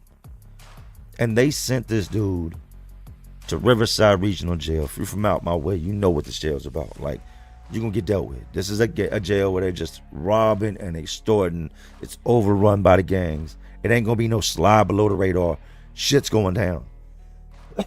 And they send this dude in there knowing, because they had to deal with him going through booking, through processing. He had to go in front of a magistrate. Like, all these different people seen this. And then they take this dude who doesn't really understand what's going on or where he's at, or that the people around him aim to hurt him and will hurt him and are in here for hurting people. And they place him around these dudes that then just start to just beat him up. They put him in a cell with a gang member, and the dude pissed all over the floor. He couldn't help it. And told the dude, I'm not cleaning it up. He felt like maintenance should come clean it up. That's the way his brain worked, right? Like, they got to have somebody clean this up because he's used to his mom cleaning up after him. He's a man-child. He's mentally a man-child. And just like, now you see a kid, and the kid's got like food on his shirt, food stains after eating something. He had on this green jumper. They wear green down there. He had on this green jumper. And this jumper looked like it had some of every meal he had eaten for the last 90 days on the front of it. I'm talking, if he ate it, some of it was on his jumper. That's not normal people shit. We don't walk around like that. And yeah, dude had me. When I first came to the cell, I thought he was fucked up. I said, man, this dude's trashed. That bitch sitting there, he had drool coming out the side of his mouth. And he was like, his eyes was open, but there was nothing there. He was just, and then he mumbled something. Then he started singing. I said, yo, hey, what's up, man? He was sitting on his bench and looked up at me. I said, what are you on? And he said, huh? I said, what are you on? You are fucked up. Like, I'm more letting him know, you're way too fucked up to be going in front of the judge right now. What are you on? And as he started to talk, I realized he wasn't on anything. He's mentally messed up. I mean, people hate the word, but he's retarded. He's mentally retarded. I don't know the appropriate way to say it. It is what the fuck it is. Then he comes back in, he says, Central State. What is a Central State? I think that's what he said. Something like that. One of those hospitals. And I said, they said that? And he was like, yeah. I said, oh, you're going to the nut house. You're going to the nut house.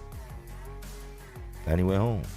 He went to the nut house, went with his parents. They relocated, and yeah, he ended up getting shot by the fucking police for charging at them with a knife.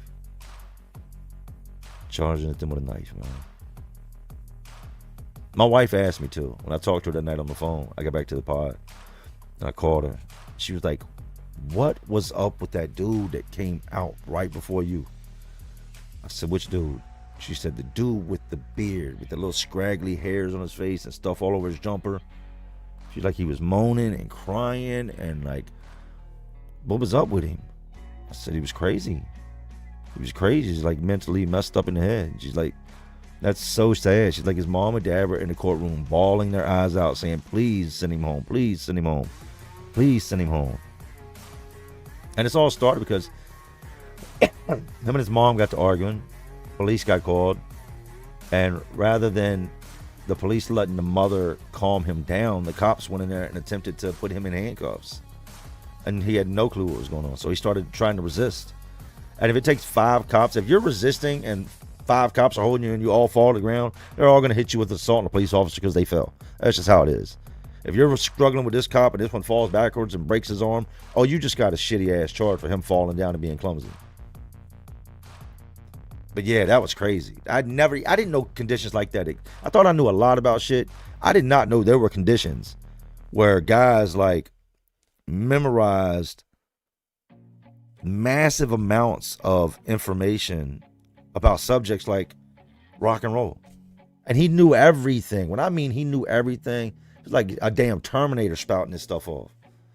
Like he would sing a little bit and then name out a song, the album it was from. If it won album of the year, had some great accomplishment, he'd say that, the group and all that, and then just go back into just the shake, just rock back and forth. Crazy.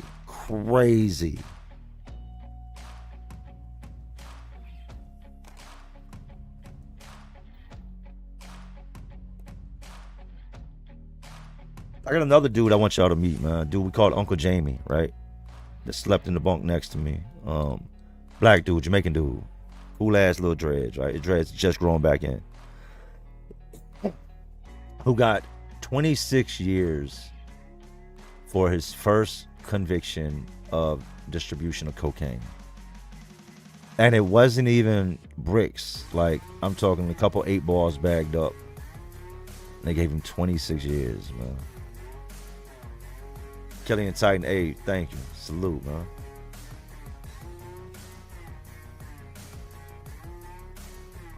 Well, I got to jump out here in a second.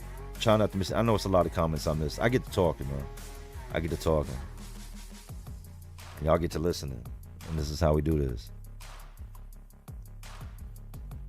Adam Joy, you're an idiot.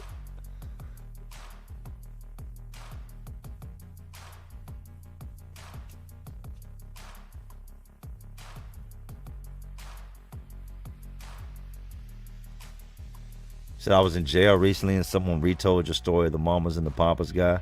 I didn't call him out though. That's the point. Let him live his life. Hey, it's two other content creators. If they ever wanted any type of smoke, it would just be stupid on their behalf. That I know 100% that I could put their video side by side with my video. And I'm talking a video that came out in 2020. And the videos they dropping in like 23 and 24. And it's the same exact story, word for word, more or less. Change a little thing right here, change the names of the people, but it's 100% the same story. I don't get mad, man. Get your money. Maybe your story will help somebody. Even if your story is a lie and you stole it from me, maybe it'll help somebody.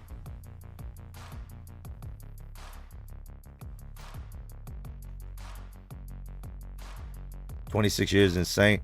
Look, he caught his time. Jamie been down.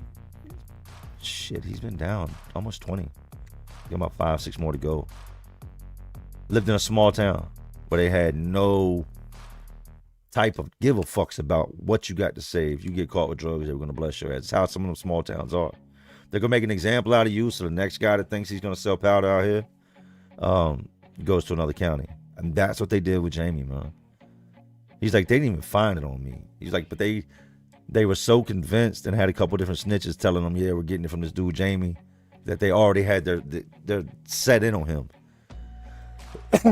So he said he was at his grandfather's house, and a couple of his cousins were there, and there were some other people there when the people hit the house. Just like came up, his grandfather seen him coming up the steps, he opened the door and they just pushed their way in. Said we got a search warrant. Didn't find it on him, but that's who ended up getting hit with it in 26 years. I know people that got less than 10 for a body. That's crazy. Less than 10 for a body is crazy. I was in jail with a dude this time from Petersburg that pled out. So what I'm about to say, he told the people, they knew he pled out to it.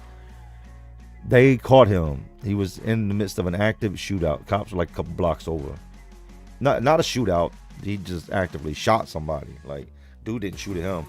He pulled out, popped this dude right in the face, right? Lets off 2 shots. Maybe he didn't understand that this ain't the movies and that shit's coming. It's gonna blow back. Shit blew back all over him. Like, yeah, he hit this boy with something big. The cops hear this.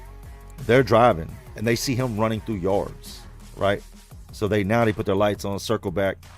They end up catching him with the gun. Other parts of this dude is on his face. This dude that's laid down over there between the houses, he's now all over this dude's face, right? I remember talking to this dude. I wasn't a big fan of him. It was just something off about him. And he would just brag about shit. And then I couldn't understand it at first because I didn't know he had gotten his time. After him telling me like exactly what he did, and he told everybody, he just liked to talk about, like he was like a YNW Melly, just dumb. You're saying too much right now, right? He would tell everybody. He had 8 years, man. And he come from a crazy nut ass. He said crazy things too, though. There's a lot of dudes in there that had fucked up lives when you think about it. Like hearing the shit he would tell me that his dad did. He said his dad would gather up stray dogs and even buy dogs sometimes from people in the neighborhood. Like if they had a little mangy dog or something, you want to sell that dog? He said then his dad would take it home and put a leash on it and hang it from the clothesline. The fuck? What the fuck? That's crazy. That is crazy. He's like, yeah, we were kids. And he'd just make us stand there and watch. Crazy. His brother had got killed. His brother was like 16. And I remember him saying, man, them people was investigating my brother for several bodies when my brother got killed. He said, my brother had 6 hats. And that's the first time I'd heard somebody say hat. He's like, man, my brother had 6 certified hats at 16. Meaning he had 6 bodies. I said, man, this dude's had a fucked up life. Like, he said, I don't get how people can brag about. Yeah, they do though. They do though. I've had more than one. And like I said, I'm never talking on shit that's not public knowledge, that's not fucking written somewhere. But I've had dudes try to like say shit like, and it get dark, like shit you don't want to have to think about. Ernie was one of those people. After Ernie talked about that whole people down behind his house in the valleys and shit, like I ain't really want to talk to Ernie no more. Like, it's hard to say somebody's a good person. They might seem cool and smile, but I think that with Ernie, a lot of other people had seen that smile also, and that was probably the last thing they saw was that smile. He gave Buddy Lee that knife. Buddy Lee poked the young dude up, right? And he was like, I'm an old man. What I'm supposed to do? I can't fight no more. He'll whoop the shit out of me. What I'm supposed to do? And I told y'all, Ernie had that cancer on his hand, so he should get that medical wrap, that tape. Every time he go to medical, he get 2 or 3 of them. Never really used them. And he took that knife, put it on the end of Buddy Lee's fucking cane, and wrapped that bitch up with that medical tape. And sent Buddy Lee's ass on a crash test. Buddy Lee went right out there and poked it. Boop, boop, boop, boop, boop, like a little old man. Poking him with the stick. Next thing you know, the boy realized, oh shit, I got holes in me. Holes all in me. And Ernie was just like, that's how we do it.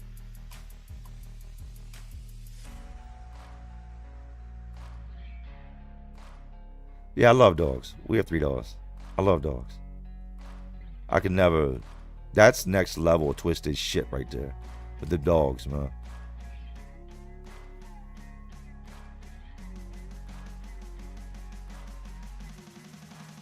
Chaos checking in. What's up with you, though?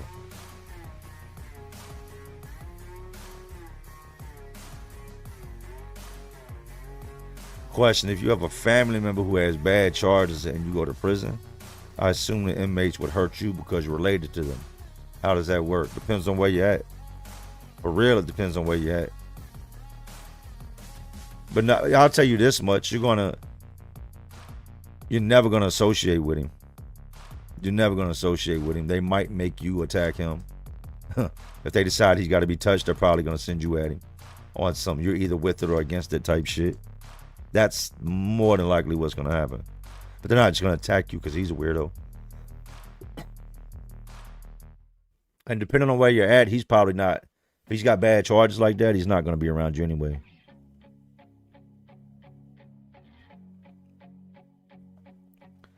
So what's on your ceiling looks dope. It's a projector.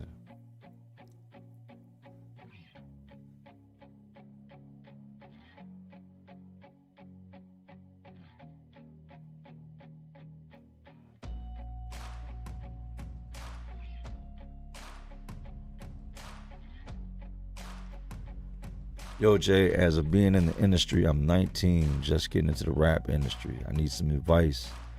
I feel like there's no evolving in it. I'm just being overworked. But I don't know. That's what it takes. But when is it time? You got to make it time.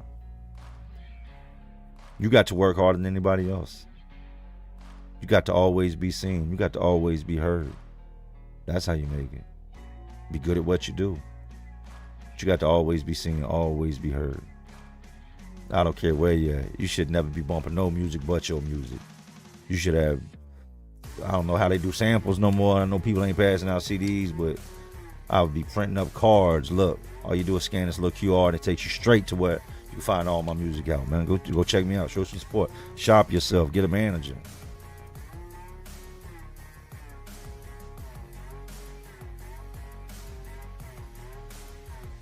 Dead Hammer say, Jay, salute for Poland. Poland checking in. What time is it in Poland, man? It's 1:43 here in Virginia. What time is it in Poland, Dead Hammer?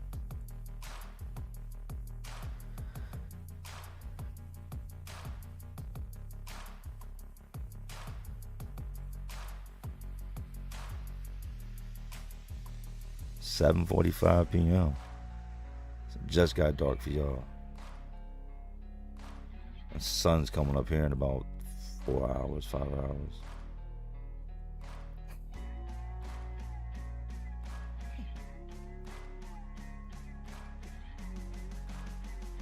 Remember this, man. He was asking about the being in the industry.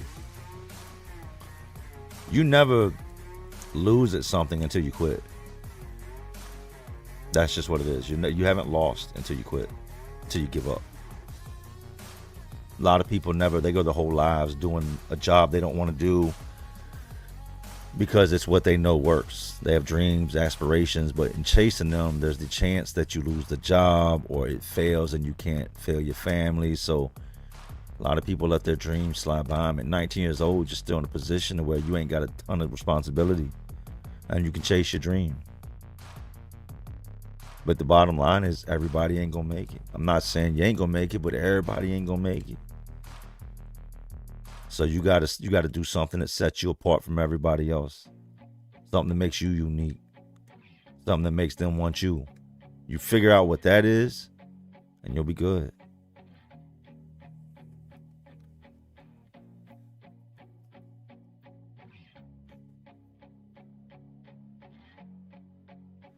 What's up, Jay? I enjoyed the video you did with that dude from Ohio. Any more plans on doing interview type videos? I still got part 2 to drop. There's another, I think it's, after editing, I think it was like 35, 36 more minutes.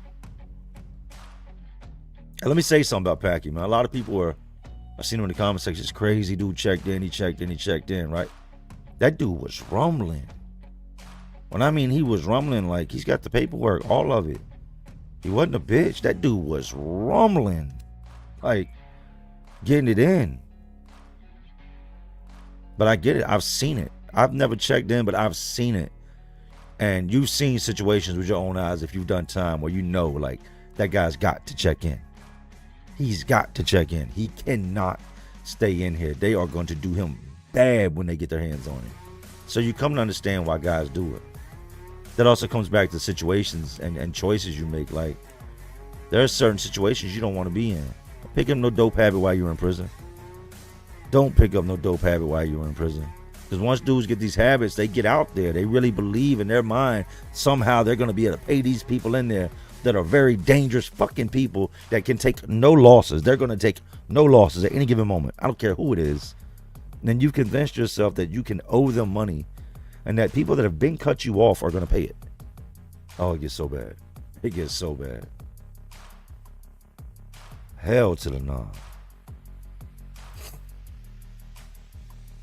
Obi the Big 1177 said, stayed up tonight to catch it live. Had to show love. Hey, thank you for checking in. I got an interview as a CO Friday. Any advice from an inmate point of view? Don't go. Don't go. Don't go. You'll thank me later. Don't go. You don't want to be a CO. You don't want to. If you're a good person, don't go be no CO. Because you're gonna have to do fucked up shit to people and see fucked up things be done to people. That's part of a CO. You're gonna see shit you don't agree with. Now you gotta ask yourself, is it really worth whatever they're offering to pay you, $19, $20 an hour? Is your life worth $19, $20 an hour? Like, if I had a knife right now and I'm like, hey, for $20, can I try to take your life with it? Would you be cool with it? Because every day you walk into work, you have put the value of your life at $20 an hour. There's my advice to you. Don't find something else to do.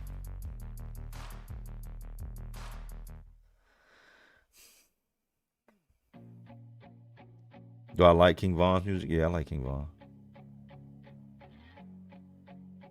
Lifers are extremely dangerous, very dangerous. Checking in from near Lebanon. Shit is rough over there. Pack was telling me. But I've seen good guards come in and run across bad dudes, man. Really, really, really bad dudes. And get shook. Like the fear of God put in them. And they quit right then and there. When they realize exactly what I was just talking about. Like, all this just happened for $20 an hour. I wouldn't let nobody give me $1,000 an hour to ever go through that again. I've watched good guards just leave. Then I watched good guards turn bad and get a chip on their shoulder and realize that anything they say goes. They say you did it, you did it. And just turn into just whole entire human pieces of shit.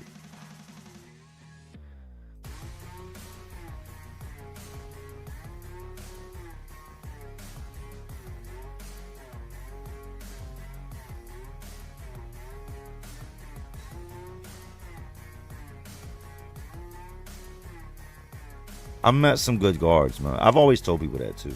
I don't hate COs. I don't hate cops either. I don't have any reason to.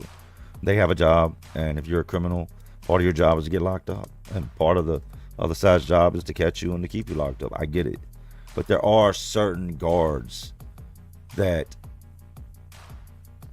yeah, like the Dookie Glock guard, yeah.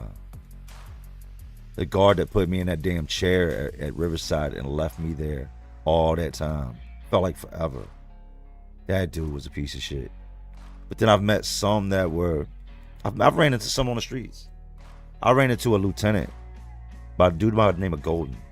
At the time he was Lieutenant Golden. He got transferred from Greensville to somewhere else. I ran into him at a 7-Eleven. And I've been out a few years. And he looked at me. I was at the counter. And he was like, Williams. I cut my eyes over at him, and I couldn't remember. He put on a little weight, and he didn't have that uniform on. Couldn't remember where I knew him from. And I was like, I know you? He's like, yeah, you know me. And I it's registered he called me by my last name. I said, what's up with you? He said, I'm going to holler at you when you get outside. Where I come from, holler at me when I get outside means we got some type of beef. Like, I'm going to come out of this bitch and smack you in the head with this big-ass bomb burrito I just bought in this Slurpee. But I go outside and we get to talking, and he's like, I knew you would do something with yourself. Cool dude, right? Then I had an issue with a short fat guard from Hopewell that everybody knew. I rode in a transport van, right? And heard some of his co-workers talking shit about him. That's how shit goes. And I'm riding and I'm listening. I had a custody hearing for my son a couple years after I got to prison, right? That I had to attend. You know, you got kids out here, you still got it. Something comes up and you're needed in court, they're gonna bring your ass to court.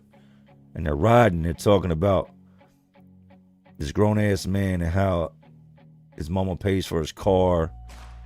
He still lives in her basement, just like dragging him with these personal details.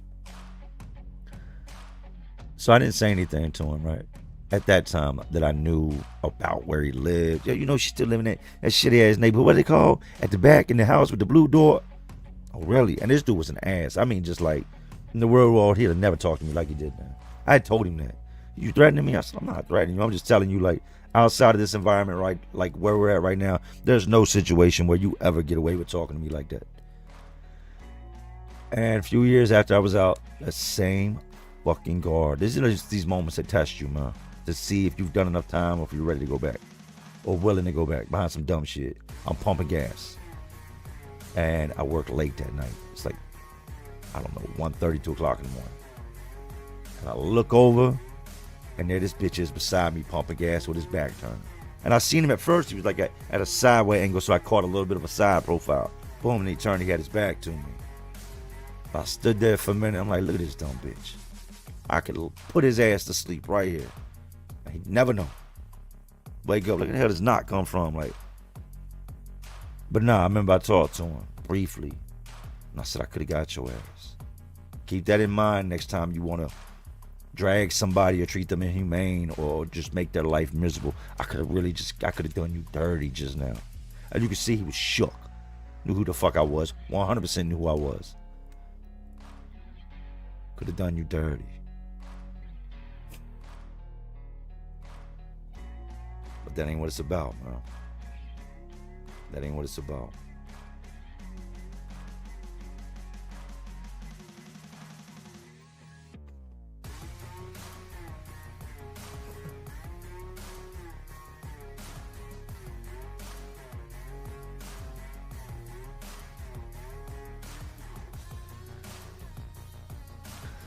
Dan Hamble, we don't have a lot of natives over here. I met a handful of natives. Virginia doesn't have a lot of natives. They just don't. I mean, they do, but that shit, they're acting right or something because they're not locked up. And you don't meet a lot. You meet a lot of people with Indian in them, but not a lot of people, with native in them. You can't say that no more. You meet a lot of people that's got native in them, but it's not like when we go out west and we're in New Mexico and we're with my white people, you see dudes all day. You know what I mean? Like, you see whole entire groups of dudes hanging out and females. You don't see that over here. You don't ever see two Native Americans just hanging out. But I met a handful.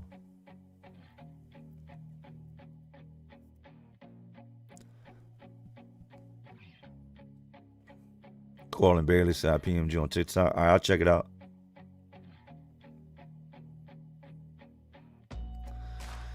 I assume there had to be a few female guards that had to be crushing on you. Yeah. I had my opportunity. But the thing with that is, I knew you're going to get caught. And they're going to ship your ass to where they got to pump in the sunshine. When you get caught here in Virginia, they punish you. I mean, they punish you. This ain't some shit like that. You're not just going to the hole. They're going to send you to Red Onion or Wallens Ridge. They're going to bury you in the mountains in a prison where you barely ever come out your cell for the next 5 years. And they're going to send you to another shithole prison for 2 years. So sometimes you got to weigh the risk. Like when I hustled in prison, there was a reason behind it. I still had a son out here to take care of. School supplies, school shoes, winter clothes. And that is no excuse. You shouldn't be hustling, but yeah. I had my baby mom for the longest time. And this is known information. And I went to court for all this and everything. Did a year and a hole for it. But we had a good run. And the money would go back home and it would take care of our son. You know, she did her own thing, but still I'm not there. It's not enough.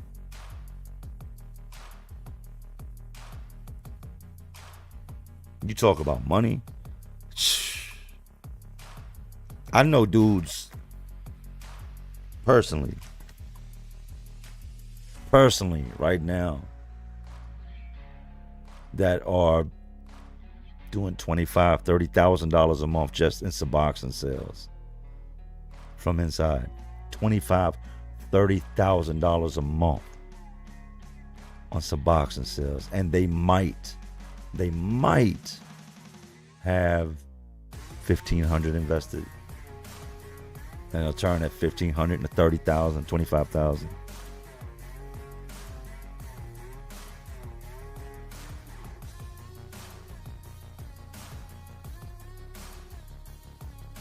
You ain't got one story about a super high guard? I do.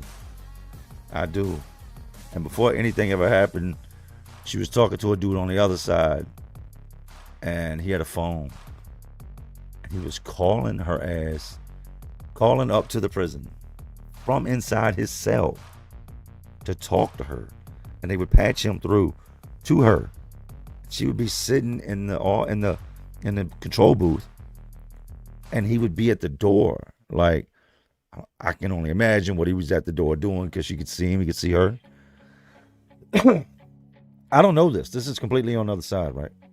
And I get to talking to this lady. This is really, like, dudes was at her ass. Like, they was on top of her trying to get to her, right? Everybody was at her top. But I started talking to her. And then they pick up on those phone calls, and they start looking to see who is coming to the control booth the most to talk to her. And they realize that whoever she's talking to is in one of these two pods. They snatch his ass up, they snatch my ass up, and that's the end of it. She's fired, walked up off the compound. They listen to both of us talk. Say, I'm like, I don't know what the fuck I'm in here for. I ain't never, what? And he gets to talking. No sooner he gets to talking, they're like, hey, this is the bitch from the phone right here. This is him. So I came out of investigation, and she was gone. They're like, my last 18 months, shorty at Indian Creek was like, she ended up getting caught with a dude. But she was at me. To the point I had to be like, look, nah, I'm good. Just not my type. I'm good. But nah, I went the whole 10. The whole 10.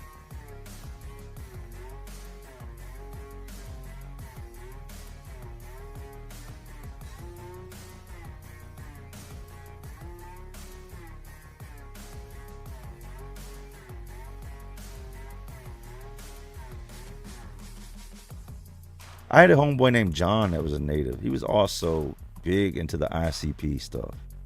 Very big into the Insane Clown Posse stuff. He was one of the few dudes. Him, Chief. It seems like every other native dude I met, his name was Chief. Especially if you're big.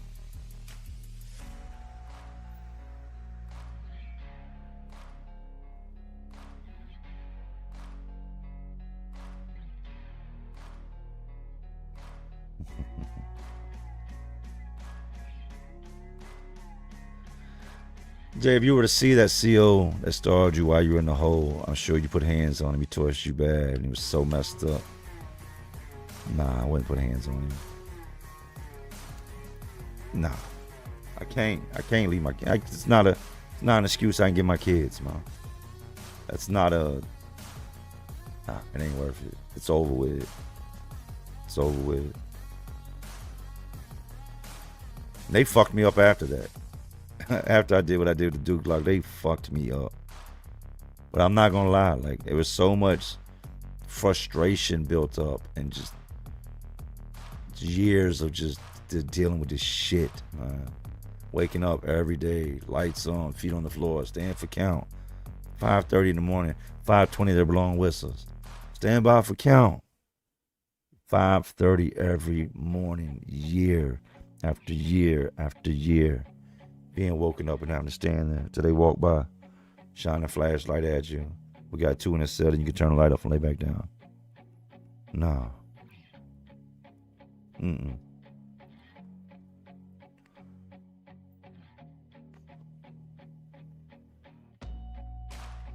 That's a projector. They keep asking about the ceiling. That's a projector. TikTok shop sells them. It's just a little ball. You just plug that bitch in. It's got all different colors, different ways, different things it does.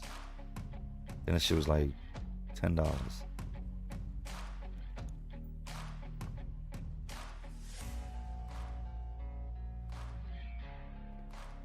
Said the race situation in USA is wild.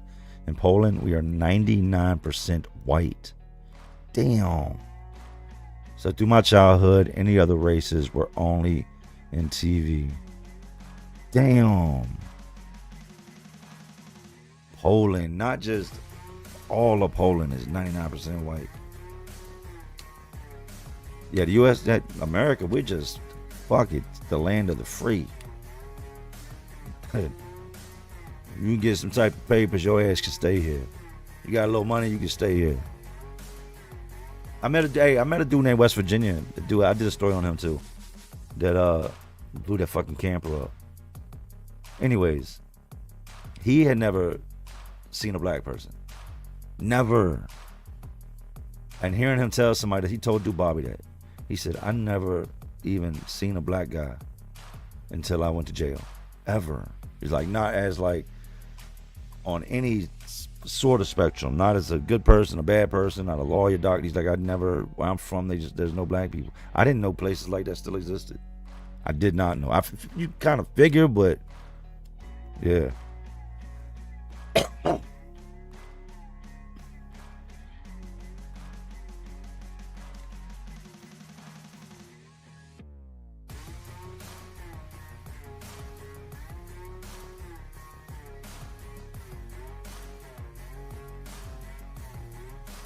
Chief is a wild dude, he was.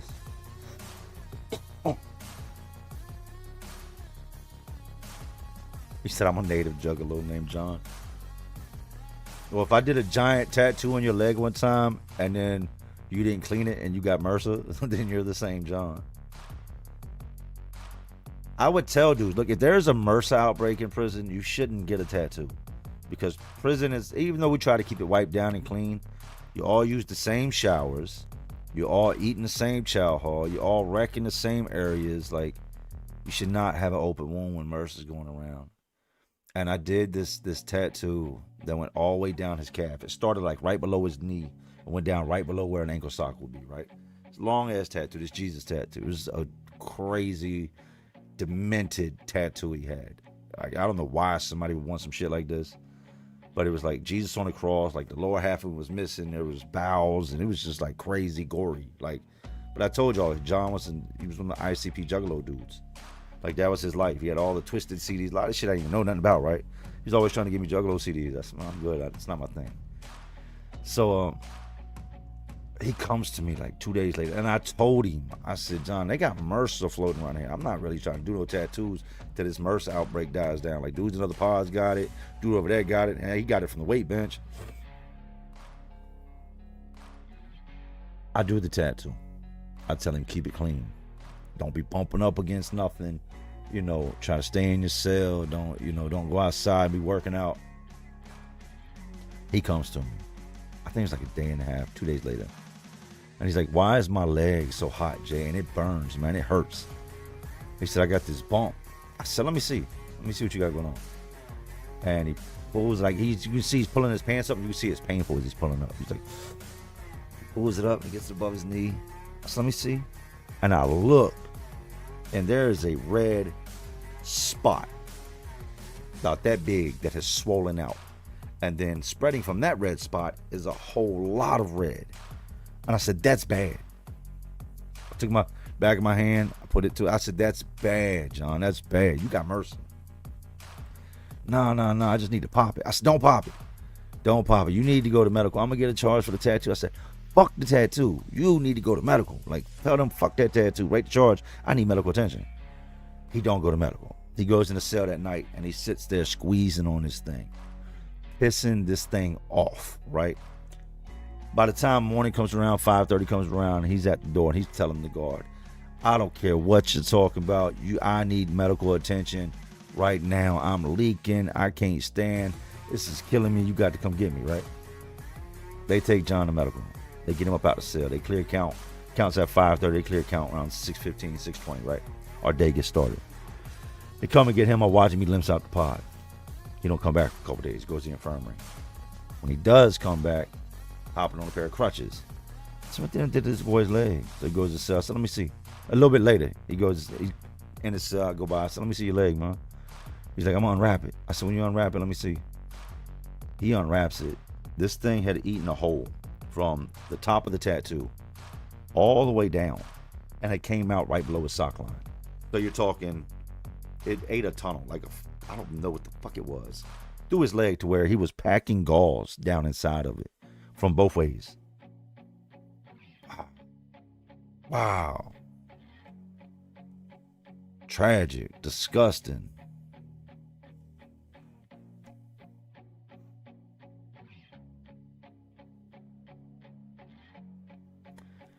Did it take you a while after you got home to stop waking up at 5:30? Yes. Did you ever have moments where you had to remind yourself that you aren't locked up anymore? Yes. It was like that for the first few months. Like I got to the point where I had to drink. Like I had to drink heavy to be able to sleep at night. Because if not, I was waking up over everything. Cold sweats, feeling like somebody else was in the room, like crazy paranoia. I wasn't that paranoid in prison. It's crazy. I mean, it's probably the safest place you can be if you're paranoid like that, because you're locked in a room all day. Can't nobody get to you if you refuse to come out the room. But yeah, it was rough. When I first came out, I was staying with my sister and her husband, right, her baby daddy, and their 2 kids. I had a room at their place. My wife she had a roommate at the time, right? And then me and my wife would just right after this go get our first house together. And I got this job. My brother-in-law got me this job. He helped me get this job at this flooring company. I start work the day after I get out. Waste no time. Straight to work after 10 years, right? Following day I get to work. He wakes up that morning and I've cooked breakfast. We got to be at work at 7. We live like 40 minutes from the job. So we got to leave here by, it's about 6:10. He wakes up. I've got breakfast cooked. And this would go on every single day. Because I'm used to eating breakfast. About 6:15, 6:30, my stomach gets to rumbling. I'm used to eating at this time every single day. I'm programmed to eat 3 times a day. My stomach can tell me at this time when breakfast is here, lunch here, and dinner's here. And I can tell you roughly within usually about a 30, 45 minute space of what time it is, right? Took the longest time to stop doing that. And I still covered my eyes. I still do that to this day. I'll keep a beanie, like in my nightstand or something. And if I'm having a hard time going to sleep, it can be pitch black in the room. I'll take the beanie, put it on my head, and pull it down over my eyes. I'll know what it is about it, and it will put me to sleep. Something I did for many years.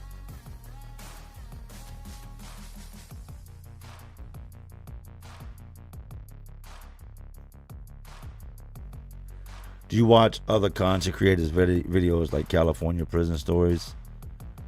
I don't watch a lot. I mean, I know of majority of the prison content creators, big and small. Talk to a lot of them, watch a lot of them. But do I these days? Nah. I'm not watching a lot of YouTube. I play music, a lot of music. I'm just nah. Not to say that to downplay anybody.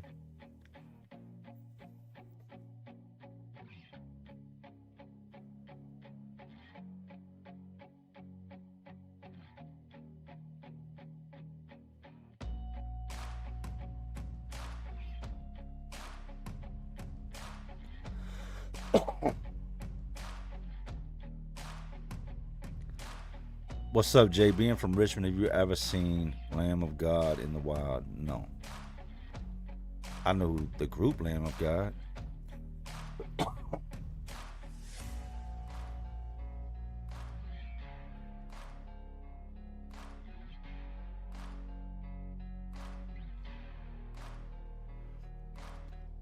I couldn't be a CO because I want to help the inmates, and I know you can't do that. I couldn't just stand there and watch someone get hurt.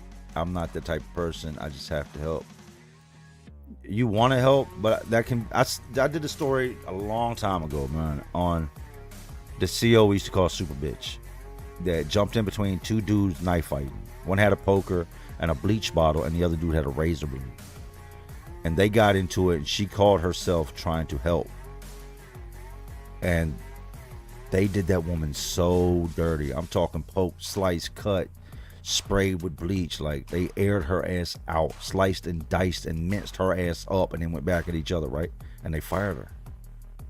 They fired her. They're going to fire you immediately. If they catch you when they're trying to help inmates, they call it fraternizing. Or being nice, doing things like, they'll fire you.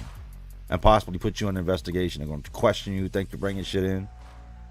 I get why some COs are the way they are, because I know it to be true. The moment you show some type of humanity or something that somebody can relate to, they're going to try to use it to their advantage. They're going to try to get you to bring something in, or sexual favors, or whatever it may be. Not everybody, but you got a lot of con artists in there. You got a lot of dudes that could, just trick you into eating fire. Like, I get it.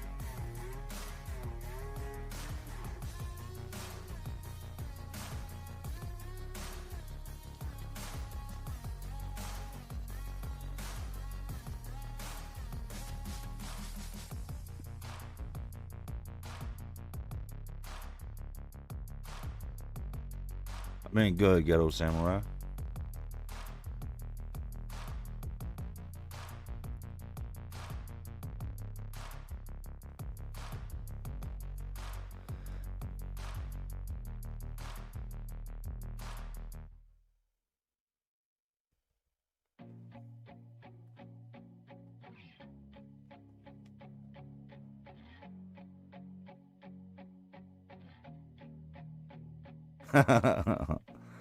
Uncle Ryan said, at the ultimate rage, I've kicked it around black people my whole life.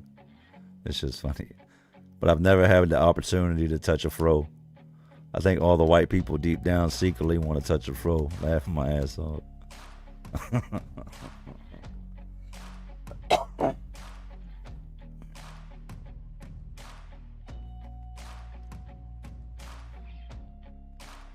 And that was one of the things I hated. When I think of things I hated, dudes want to, for some reason, they get locked up. Like, the big thing is getting waves, right? So I got the wave cap, and when that wave cap ain't on, motherfuckers are brushing their hair. And I'm talking like this boarhead bristle brush, stiff ass brush. And I've had cellies that would legitimately just sit there and brush their hair for hours and hours and hours, to the point that shit would get inside your brain and start to drive you crazy and make you dislike him for the amount of time he spends brushing his hair and just the constant noise it makes, right? Dudes be, I'm like, what? You are locked up. You have 30 more years to get your waves right. You probably won't have hair in 30 years. Please stop brushing your head.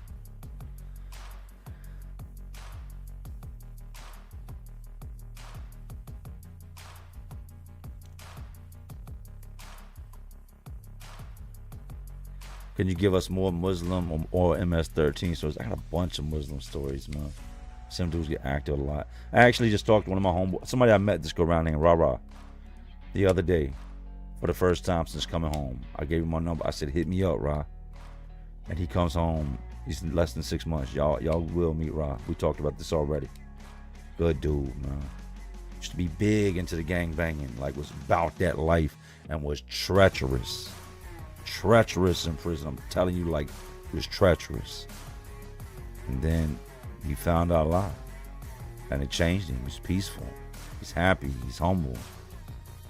So I say I don't knock what anybody's religion is. If it makes you a better person and that's what you believe and you're okay, when everything's said and done and believing that's who you're going to see, hey, I'm for it.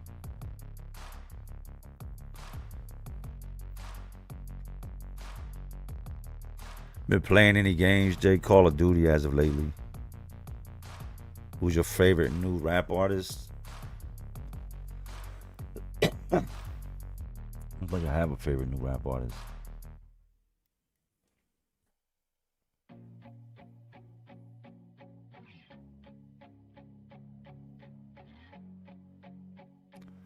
Realkins. I will watch Realkins.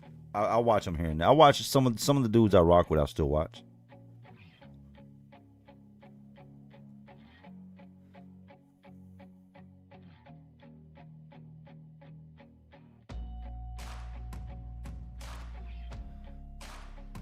What advice do you have for parents? When did you personally feel like you had to get it how you live and your parents had let you down? I don't think my mom never let me down. She never let me down.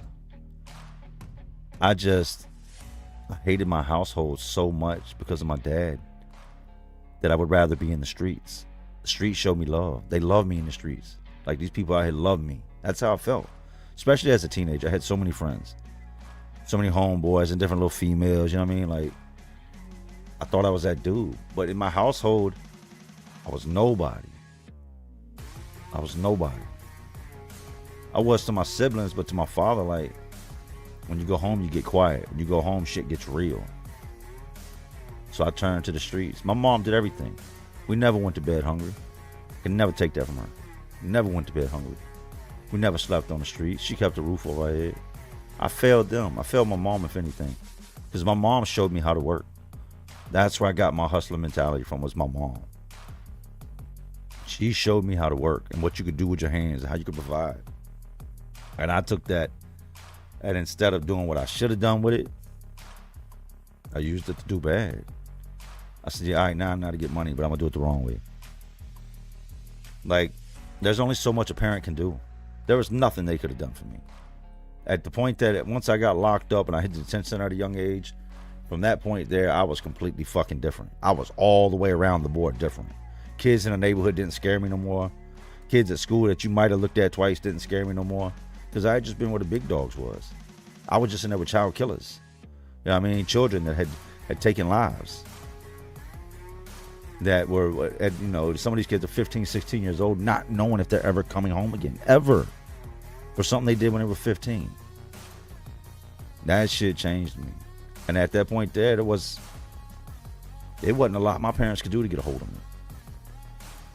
To get me back on the right track. And there was so much resentment. When you get the wrong type of beatings as a kid, when you get the right beating, it's just like, it don't mean anything.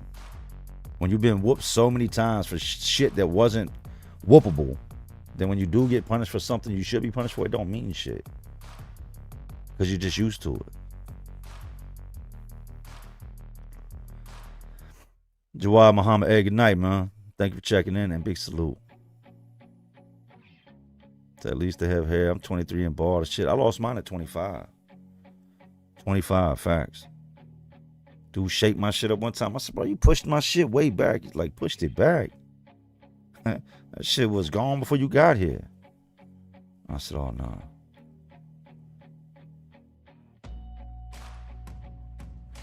Let's keep it real. How you doing nowadays? How you feeling? I'm great. I don't have no complaints. I'm good. I don't think that life could always be better. But I don't have any complaints. We're good, man. After everything that happened, we were able to hold it together. That was one of the biggest things was aside from my family, after you get over the fears of what could happen with the family, you start to worrying about the things that you're responsible for. We could lose the house. We could lose everything that we've spent so much time building and working to put together, and everything that my son knows and my daughter knows as their life and world could all disappear in this year's time. But my wife, she's a lot like me. She's going to make it shake. She's going to make it happen. But no, I'm good, man. I'm good. I'm at peace. I don't feel the need to be anything but Jay. No stress. There was times this shit got stressful. Around that time, that shit got stressful. It sucks when you see people that you once cared about or fucked with like that turn on you, and you've done nothing but good for them the entire time you've known them. That shit sucks. But then you come to realize, like, that shit ain't about nothing. Don't keep dragging this shit into reality. Leave your job at work. Leave your work at, what they say, don't bring your job home. Leave your work at work. And that's what you have to learn to do with it being a YouTuber. You have to cut off being a YouTuber. It got hard. Now you get so wrapped up in this shit. So wrapped up in it. Now it's like, put the phone down. When you're done, put the phone down.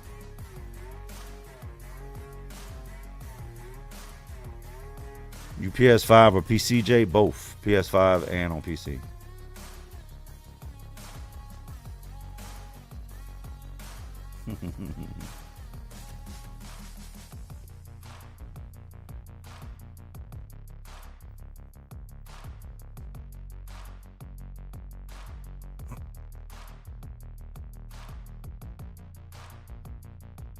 What are your thoughts on the California Department of Corrections and Rehabilitation going with Norway's prison model and yet have the most homicides in years? The prison model's not going to change anything. California's got deep-rooted ways of doing things. They have literally been stuck with the same mindset of how they're going to politic, how the races are going to separate, and how things are going to be longer than most of the people that are trying to make this happen have been alive. So they can build whatever, and dudes are still going to program the same way. Nothing's bigger than the program. I think it's a waste of money. I think it might make things a little more comfortable for the inmates, but they're not about to change shit.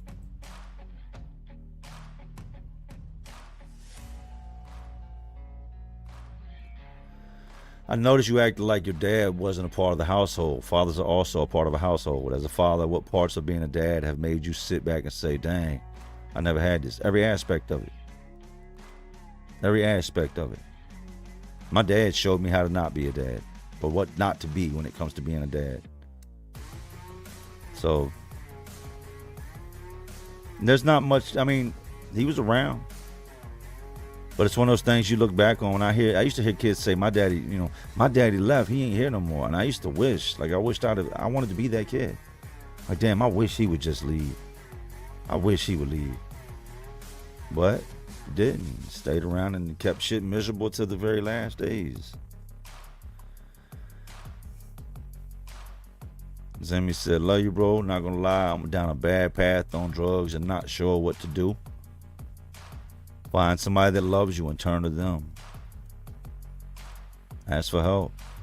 And don't fuck them over.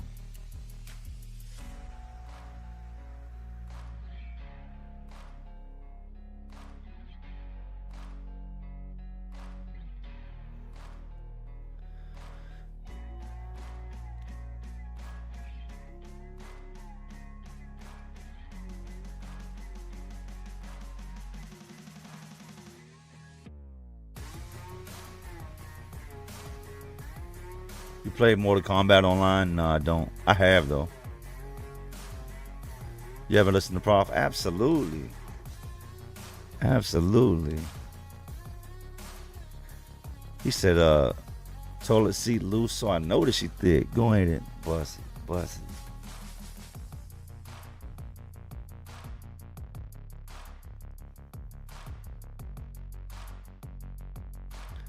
You've been following the Portland Antifa protests? Nah, I don't really do the politics. I don't get wrapped up in them. I don't really. I got shit here I got to focus on. I've heard about it.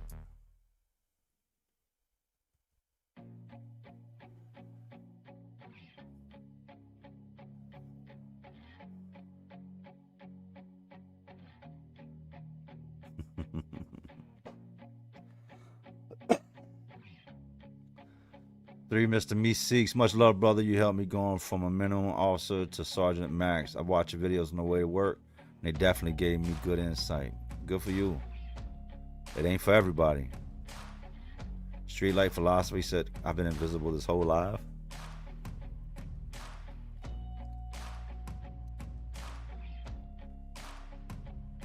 Said, preach today. Teddy John, what the fuck? Hey. I don't know if I said this on here. I'm pretty sure. No, I said it on TikTok earlier. I was talking about, there's a dude on YouTube. Nobody knows his real identity. Been in prison a very long time. He does prison content. I'm not going to say his channel's name or none of that because he doesn't want that done. I still talk to this dude, right? I have pictures of this dude right now on my phone. Nobody knows who the real identity of this dude on YouTube that was doing all these prison videos from inside. He kept his face covered, eyes covered. You can't tell if he's black, he's white, uses a voice changer. I find out that it's him. right? I talked to him. At this point now, he's been down. He got locked up when he was 14. He's been down over 50 years. I think he just came up on his 55th year. He just hit his 55th year incarcerated. Now, we were talking one time, and he said, "You want to know what's scary?"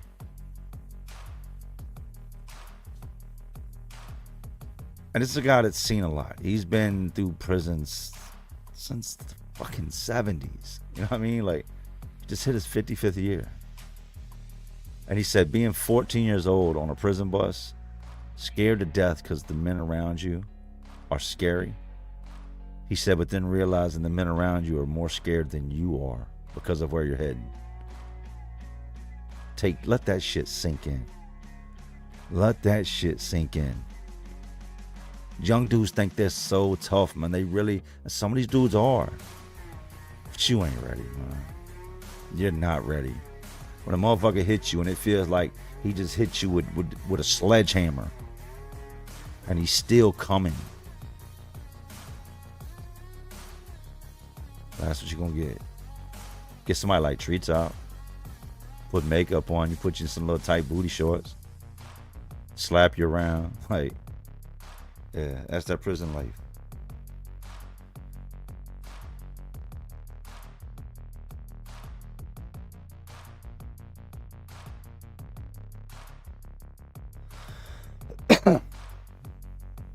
Well, look, I got to get up out of here, man. We're going on 2 hours and 30 minutes. I appreciate everybody checked in tonight. Y'all watch for part 2 of the Packy Vision TV interviews coming out. And I have 3 videos. I'm trying to decide which one I want to drop. I think I'm going to do the Dope Sick video. And it was something I seen this go around with. We'll get into it. I'm talking about dudes I didn't even know that were getting high. We're in an open bay dorm. It's a lot of men in here. We end up going on lock. The shit that's supposed to come in gets tore off. And there's still some shit floating around and dudes start getting dope sick. And from that point there, it got spooky. It got real bad, real fast. Like for anybody that might have been potentially holding on to something. And there were dudes. And you could tell who had it and who didn't. What you mean you ain't got nothing? You ain't sick. Everybody else is sick. Like, shit got real. This is in prison. But I'm gone, y'all. Anyways, these streets, these jails, these prisons, y'all just crazier worlds inside of an already crazy world we live in. And as always, y'all know what I'm doing. Just trying to keep y'all entertained. Are you not entertained? Not gonna yell. We got family upstairs. And like always, this is Jay Williams. Let's live life. And to all the real ones, awesome real ones watching, because y'all still watching me. And y'all know how we do. Salute, man. I love y'all. Thank y'all for tapping in. If you see me post that we're going live on TikTok, come check it out. Come check me out. Show some love. Thank y'all. What I make you? Good? You're not good. You just know how to hide.